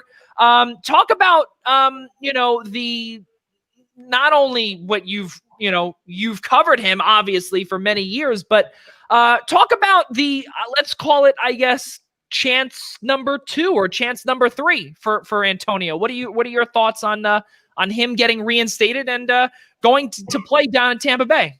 I gotta believe, no matter how far gone you are, the 2 years out has got to tell you this is your last chance. I think he'd have enough in him. I don't think he's as far whacked as like Donald Trump in the narcissism area, but this guy's pretty whacked. Everybody started blaming Tom on the Steeler locker room, Ben, right away, and I knew that it's AB. He's crazy. So when he came in, we had, the conversations were okay, and then they just gradually went over the cliff. If Tom Brady can handle him, Bruce Arians had him here and just knows. Bruce knows, and Bruce didn't want to, and Tom Brady wanted to. So okay, BA gets all that. So I don't even want to say it'll be fun to watch. I don't even know what it'll be to watch. Could be a train wreck, but you would think being out of the league, he would get it that he's down to a last chance. And with Brady, he could win the Super Bowl. So, Rob DeLuca, final thoughts. Yep. I'll keep this one fun and easy. Look, in my personal opinion, unless the Steelers get complacent, they're going to cruise to 10-0 right into Thanksgiving because it's Dallas, it's then Cincinnati, and then Jacksonville. So unless the Steelers get complacent, I think we should be able to take care of business there. And then, of course, you get the test of Baltimore on Thanksgiving. But if they're to get through that and go to 11-0, from what you just see on strength of schedule and based on who's better than who, you look at all the numbers, the only actual test left there almost – I mean, look, any given Sunday, everyone knows that. But just in terms of all the numbers and stuff, the last test on the schedule would probably be Buffalo in Buffalo. So you got to wonder, can the Steelers send the 72 Dolphins on a little bit of a scare here? Well, I tell you, that's going to be a tough one for Mike Tomlin. If they're 15-0 and they've got a 3-game lead in the division, a 2-game lead for the number one, are you going to play your guys just to go undefeated? That's like pulling a guy out of a no-hitter in the World Series, you know? I guess you could say luckily the last game of the season at that point would be against Cleveland, so how bad could it really get even with backups? So Cleveland's the last game? Yeah. I have respect for all division games. I have respect for Baker Mayfield, and I think that coach is better than what they've had. Yes, absolutely. And winning, you know, Cleveland weather is – I don't know how many games you guys have covered in that stadium, but – it's awful being on that lake, man. So, I always think my car's going over when I have to park it. So, anything can happen, and I don't know. You know, undefeated season. This team's strong, but that 78 team. I always thought the 78 team was the greatest Steeler team. Everybody wants to say 76. They didn't win a Super Bowl, but they had like 10 shutouts or something because their quarterback was hurt. Then they get in the AFC Championship game, and both running backs were hurt, so they lost. And everybody likes Pittsburgh people like to say the 76 team was actually the best because they want to look smart. But I think you have to win a championship to be considered. And that 78 team was the first offensive juggernaut that they had, and the steel curtain was still young enough. In 79, the steel curtain was starting to fall apart a little bit. And they won more with guile and experience in 79. 74 and 75 were just defensive hammers and Franco Harris. And Bradshaw was so inconsistent. In 78, when they changed the rules, it was supposed to hurt Mel Blount, but it helped Lynn Swann and John Stallworth. So I think the 78 team was the greatest. And I don't want to put this team down, but this isn't the 78 Steelers. So, you know, Don't give the 14 points this week. Don't start calling 15. Jim said it, and now I got to know because he piqued my curiosity yet again. Franco Harris, did he legally catch it? Oh, yeah.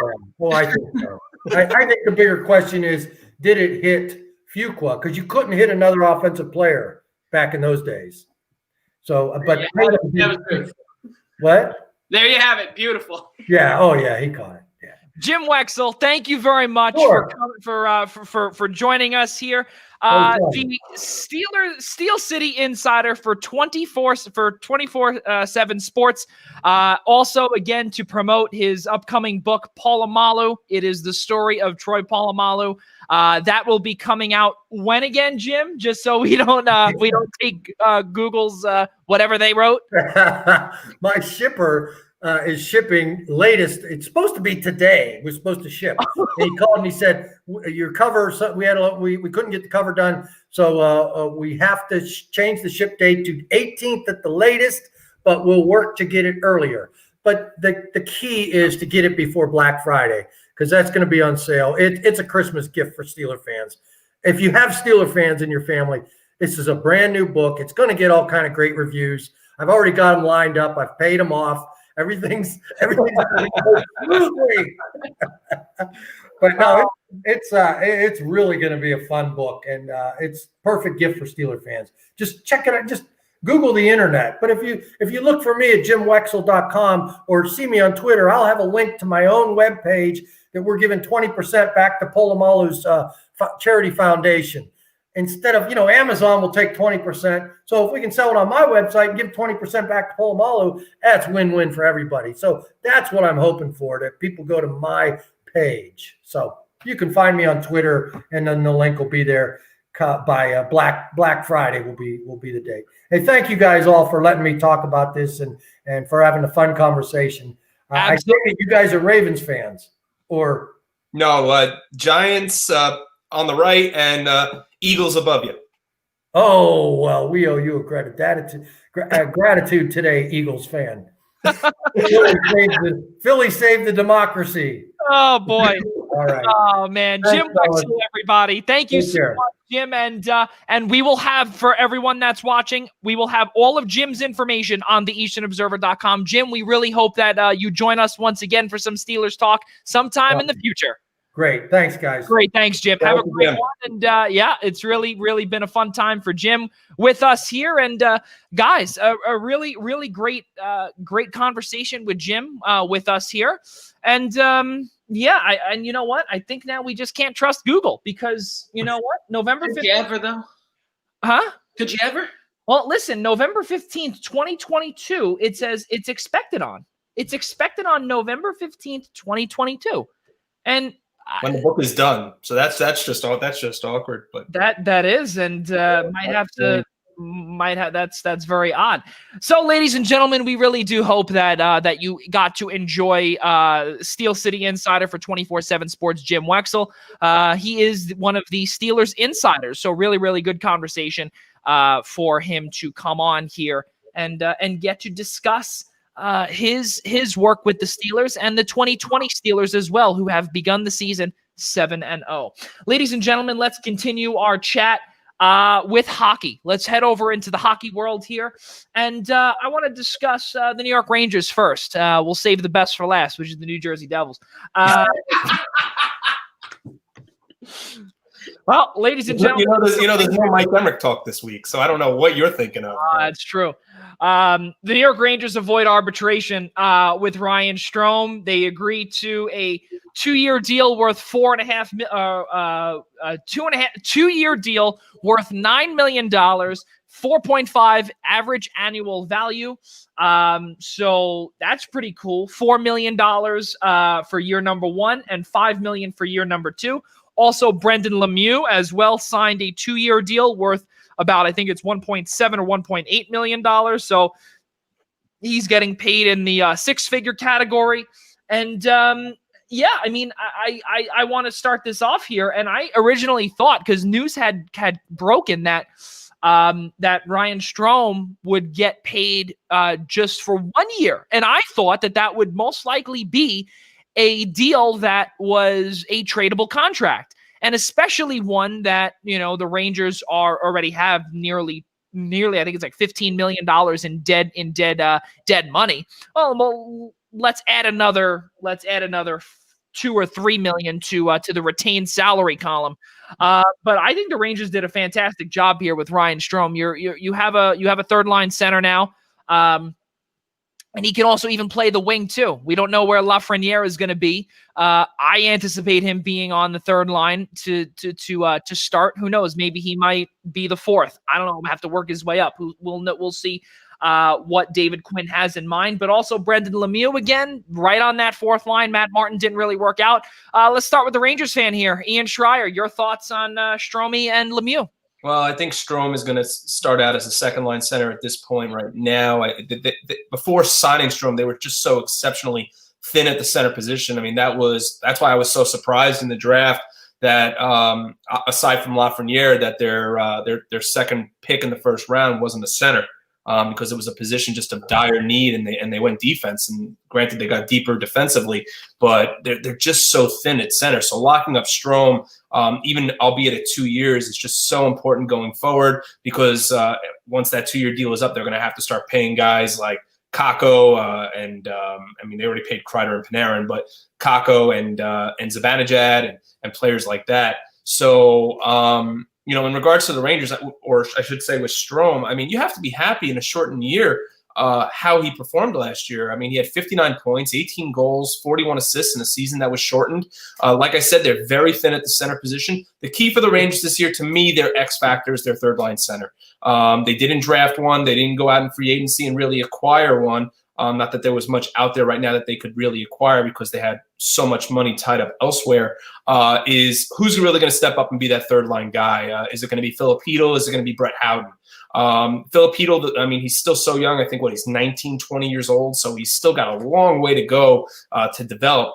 but every year it seems like Heat'll make some nice steps, some good steps. I mean, this is a team that people are saying that the Rangers really shouldn't start competing for the playoffs for at least another year. So it shouldn't be it should be the 21-22 by the time they should really start contending. But I think if they could really find a way to solidify their third line with one of those players, with guys like Lafreniere and Kakko on the third line, that there's no reason that they shouldn't be contending for a playoff spot this season.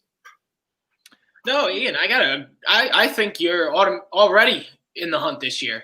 Just like it's a little similar to my New Jersey Devils. I think they need to be in the hunt. I don't think they're necessarily going to get a spot, but it is very, very important for the sake of the growth of the players for both of our sides, more so yours, to at least see themselves in the hunt. But I do think the Rangers have a very likely chance of sneaking back into a spot because, as we saw before the pause, the Rangers were already trying to sneak back up there. It was unclear if they were going to run out of time or not, but they were definitely getting hot at the right time.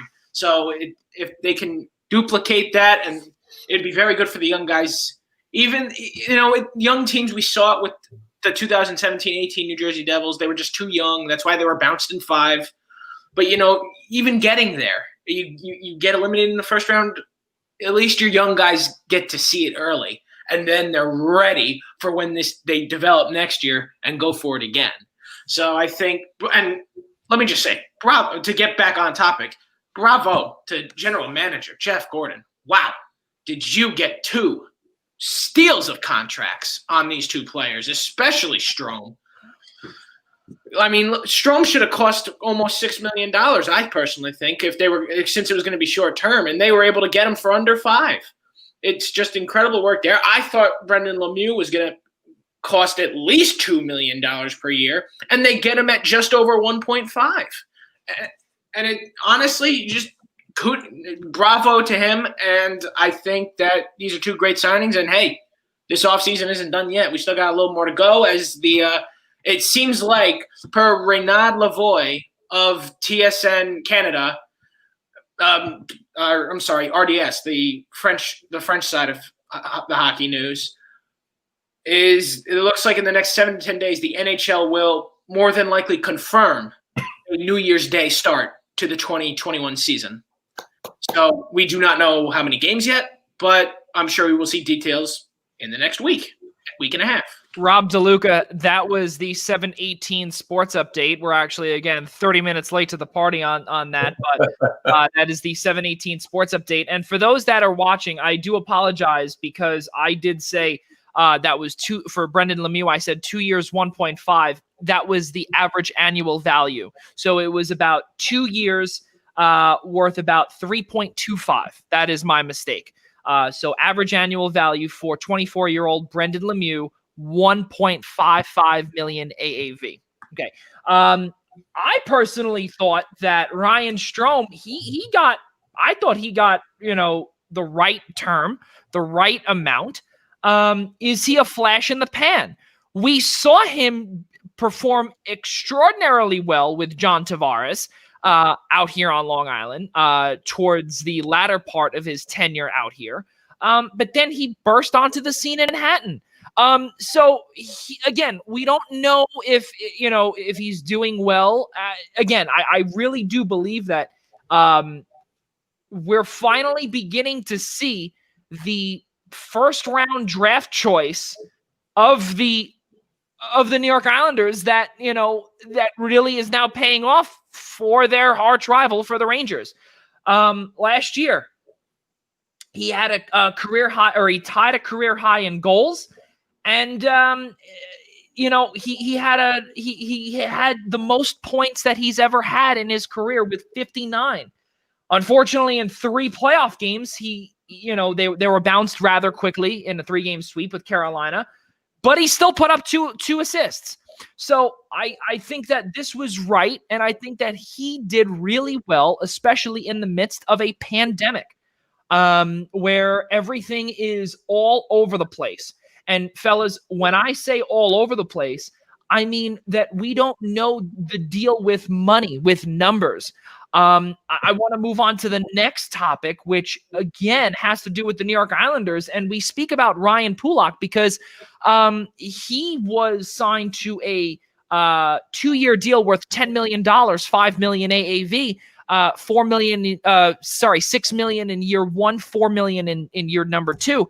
And the thing that there's some chatter about now is because of the uncertainty of a flat cap, where there could be a very small bridge deal that Ryan Pulock had kind of alluded to in his chat with Andrew Gross, where because he and Matthew Barzal are very close friends, there is a chance that Matthew Barzal could potentially be making in the range of $1 million to about $4 million.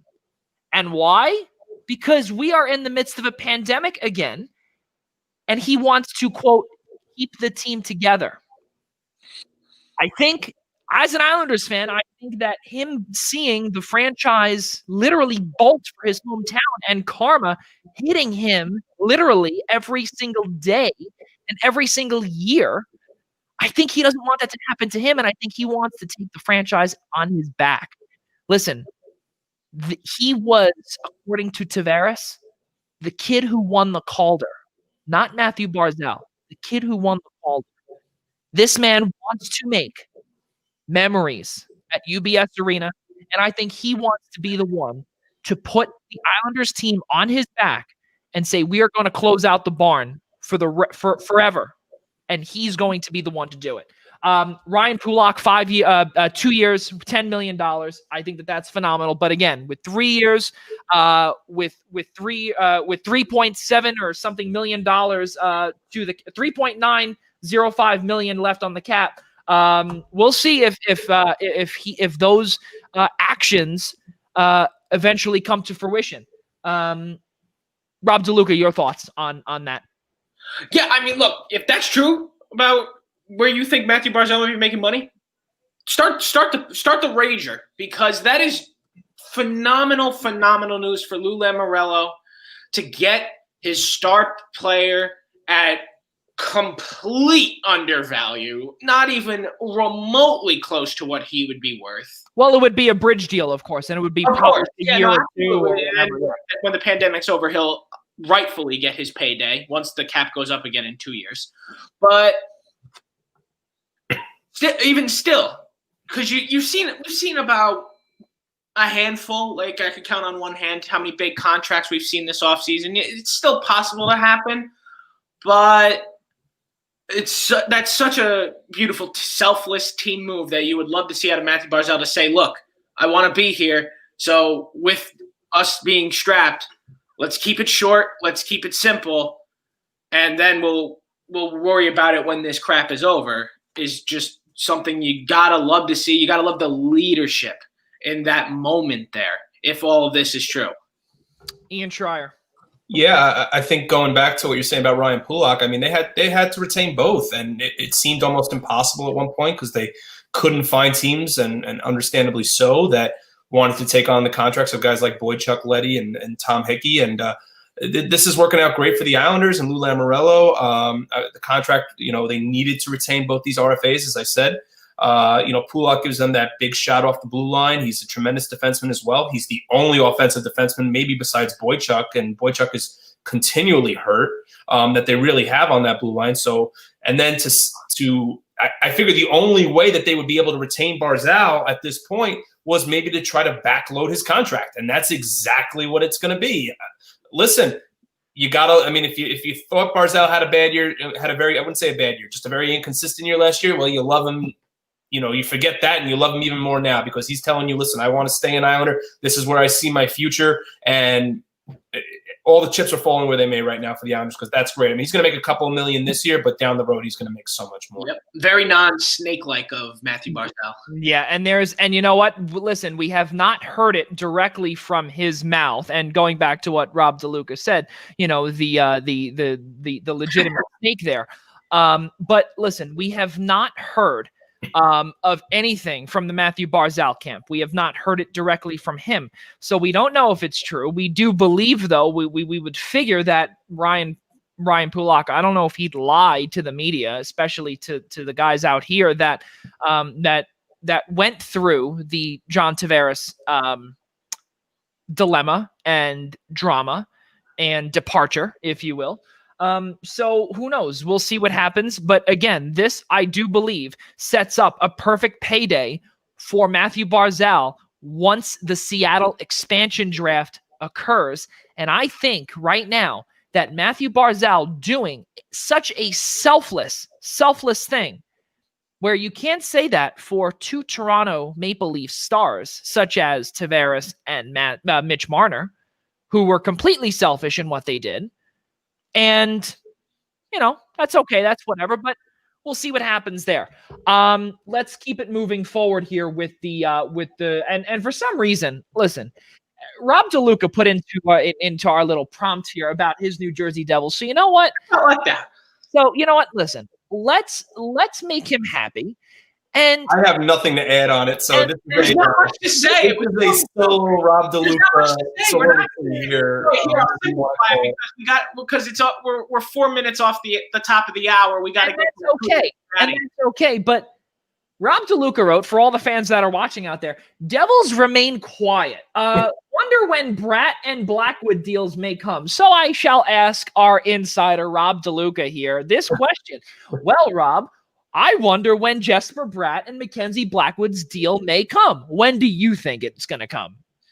When we're close to the season and we actually have to give them contracts by then. There's no rush. We're in the middle of a pandemic. There's no rush on it. I'm not even worried. They're not going to be offer sheeted, and if they are, they'll be matched instantly because we have more money than Kingdom Come in the cap. So I asked Rob DeLuca literally nothing to worry about here. I asked Rob DeLuca before the show if he felt bad because on the prompt it said Islanders and Rangers, and there was nothing in there about Jersey. There is nothing about Jersey right now in hockey. There's nothing exciting about the state of New Jersey, nor the state of the New Jersey Devils going on. Listen, and you know what? Listen, I got to tell you, there was no one as surprised as this man when you put the New Jersey Devils in there. Like, what are you doing? Oh, really? I was wondering if you guys were going to see the joke. It seemed like you did in the chat when we were talking offline, but do you wonder if somebody might have been tweeting or somebody might have been standing in the press conference for Joe Douglas when he made that comment about Adam Gase, or no? Yeah, I did it. It was me. I did it. It's unbelievable. All right, moving on. Let's conclude our show here with a brand new segment that we are going to come up with every single week, and that is going to be our kudos section. And it's very similar to Pardon the Interruption, and it's similar to like what they do, where it is like a sayonara or happy trails, if you will, to select topics. So I'm going to start off with my kudos here, and my kudos is going to start off with ESPN sportscaster Joe Tessitore, who was on the call for Boston College and Clemson, and his son makes a play with Joe on the call, which really is amazing. And it was a very father-son moment that you heard, and it was really, really amazing where he went out and he came out and said it, and he was as professional as possible. Tessitore makes this, and he's just talking about his son. Really, really cool moment to see there. And not many people can say that they've done that or will do that, to be calling their son, who is a collegiate athlete. One more kudos for me, guys.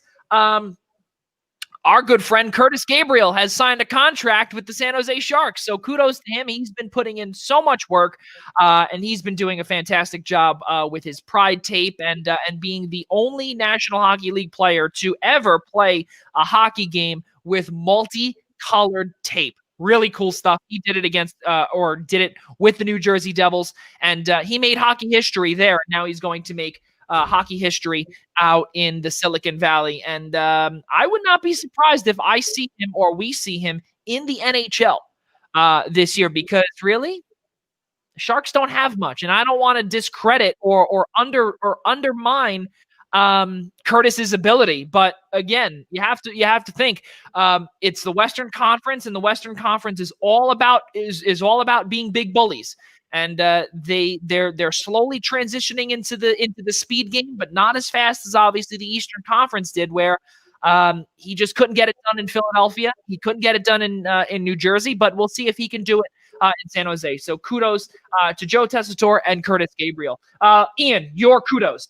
Yeah, we already touched base on Joe Douglas and Steve Cohen, but my kudos, I got 2 kudos. One certainly goes to Tua Tagovailoa, the former Alabama quarterback and now starting quarterback for the Miami Dolphins. Congratulations on him winning his first NFL start, which he really had nothing to do with the win.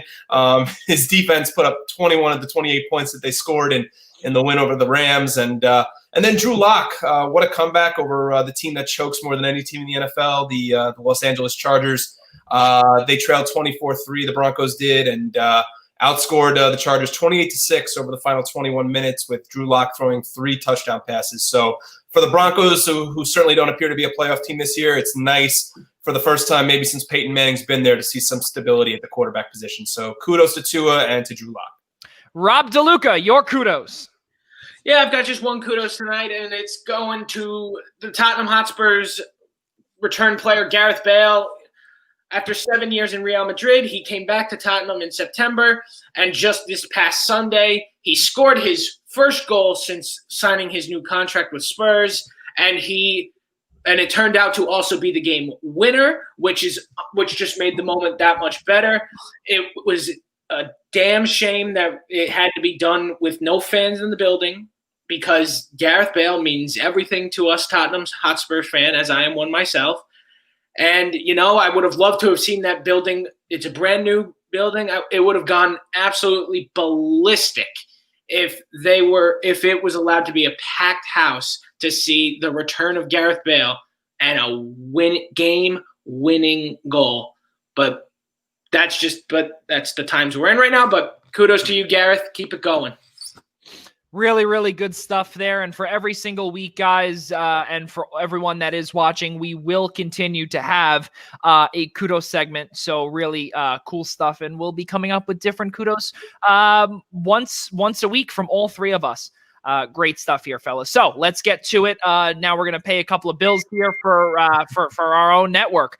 Guys, on Tuesday, November 10th, the guys return. Al Carl, John Smith, John Diaconti, Ryan Joy from Minutes to Bell Time, and Gary Miheffi will be returning for episode number 26 of episode number 27 of the Essential Wrestling Podcast that returns Tuesday night at 6 p.m. right here on the Eastern Observer and Zingo Channel 198, the I-95 Sports and Entertainment Network. Good stuff there. Let's keep it moving too, fellas. On Saturday, let's actually rewind a little bit. On Saturday, we continue our segment and our partnership with the New York Professional Scouts Association. The Scouts Minute, episode number 29, returns tomorrow, as we will be highlighting the legendary career of former supervisor and special assistant for the Baltimore Orioles, Atlanta Braves, Philadelphia Phillies, and we couldn't fit it on there, the Montreal Expos, John Hageman Sr., who was at one point an FDNY firefighter, but really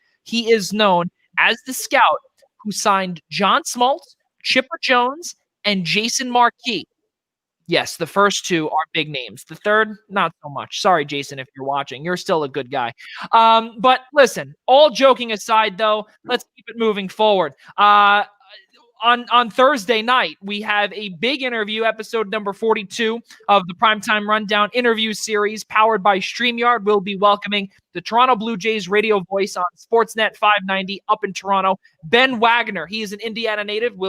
I'll be welcoming him to the Primetime Rundown interview series. It should be a lot of fun. Tune in Thursday, November 12th at 8 p.m. right here on the Eastern Observer.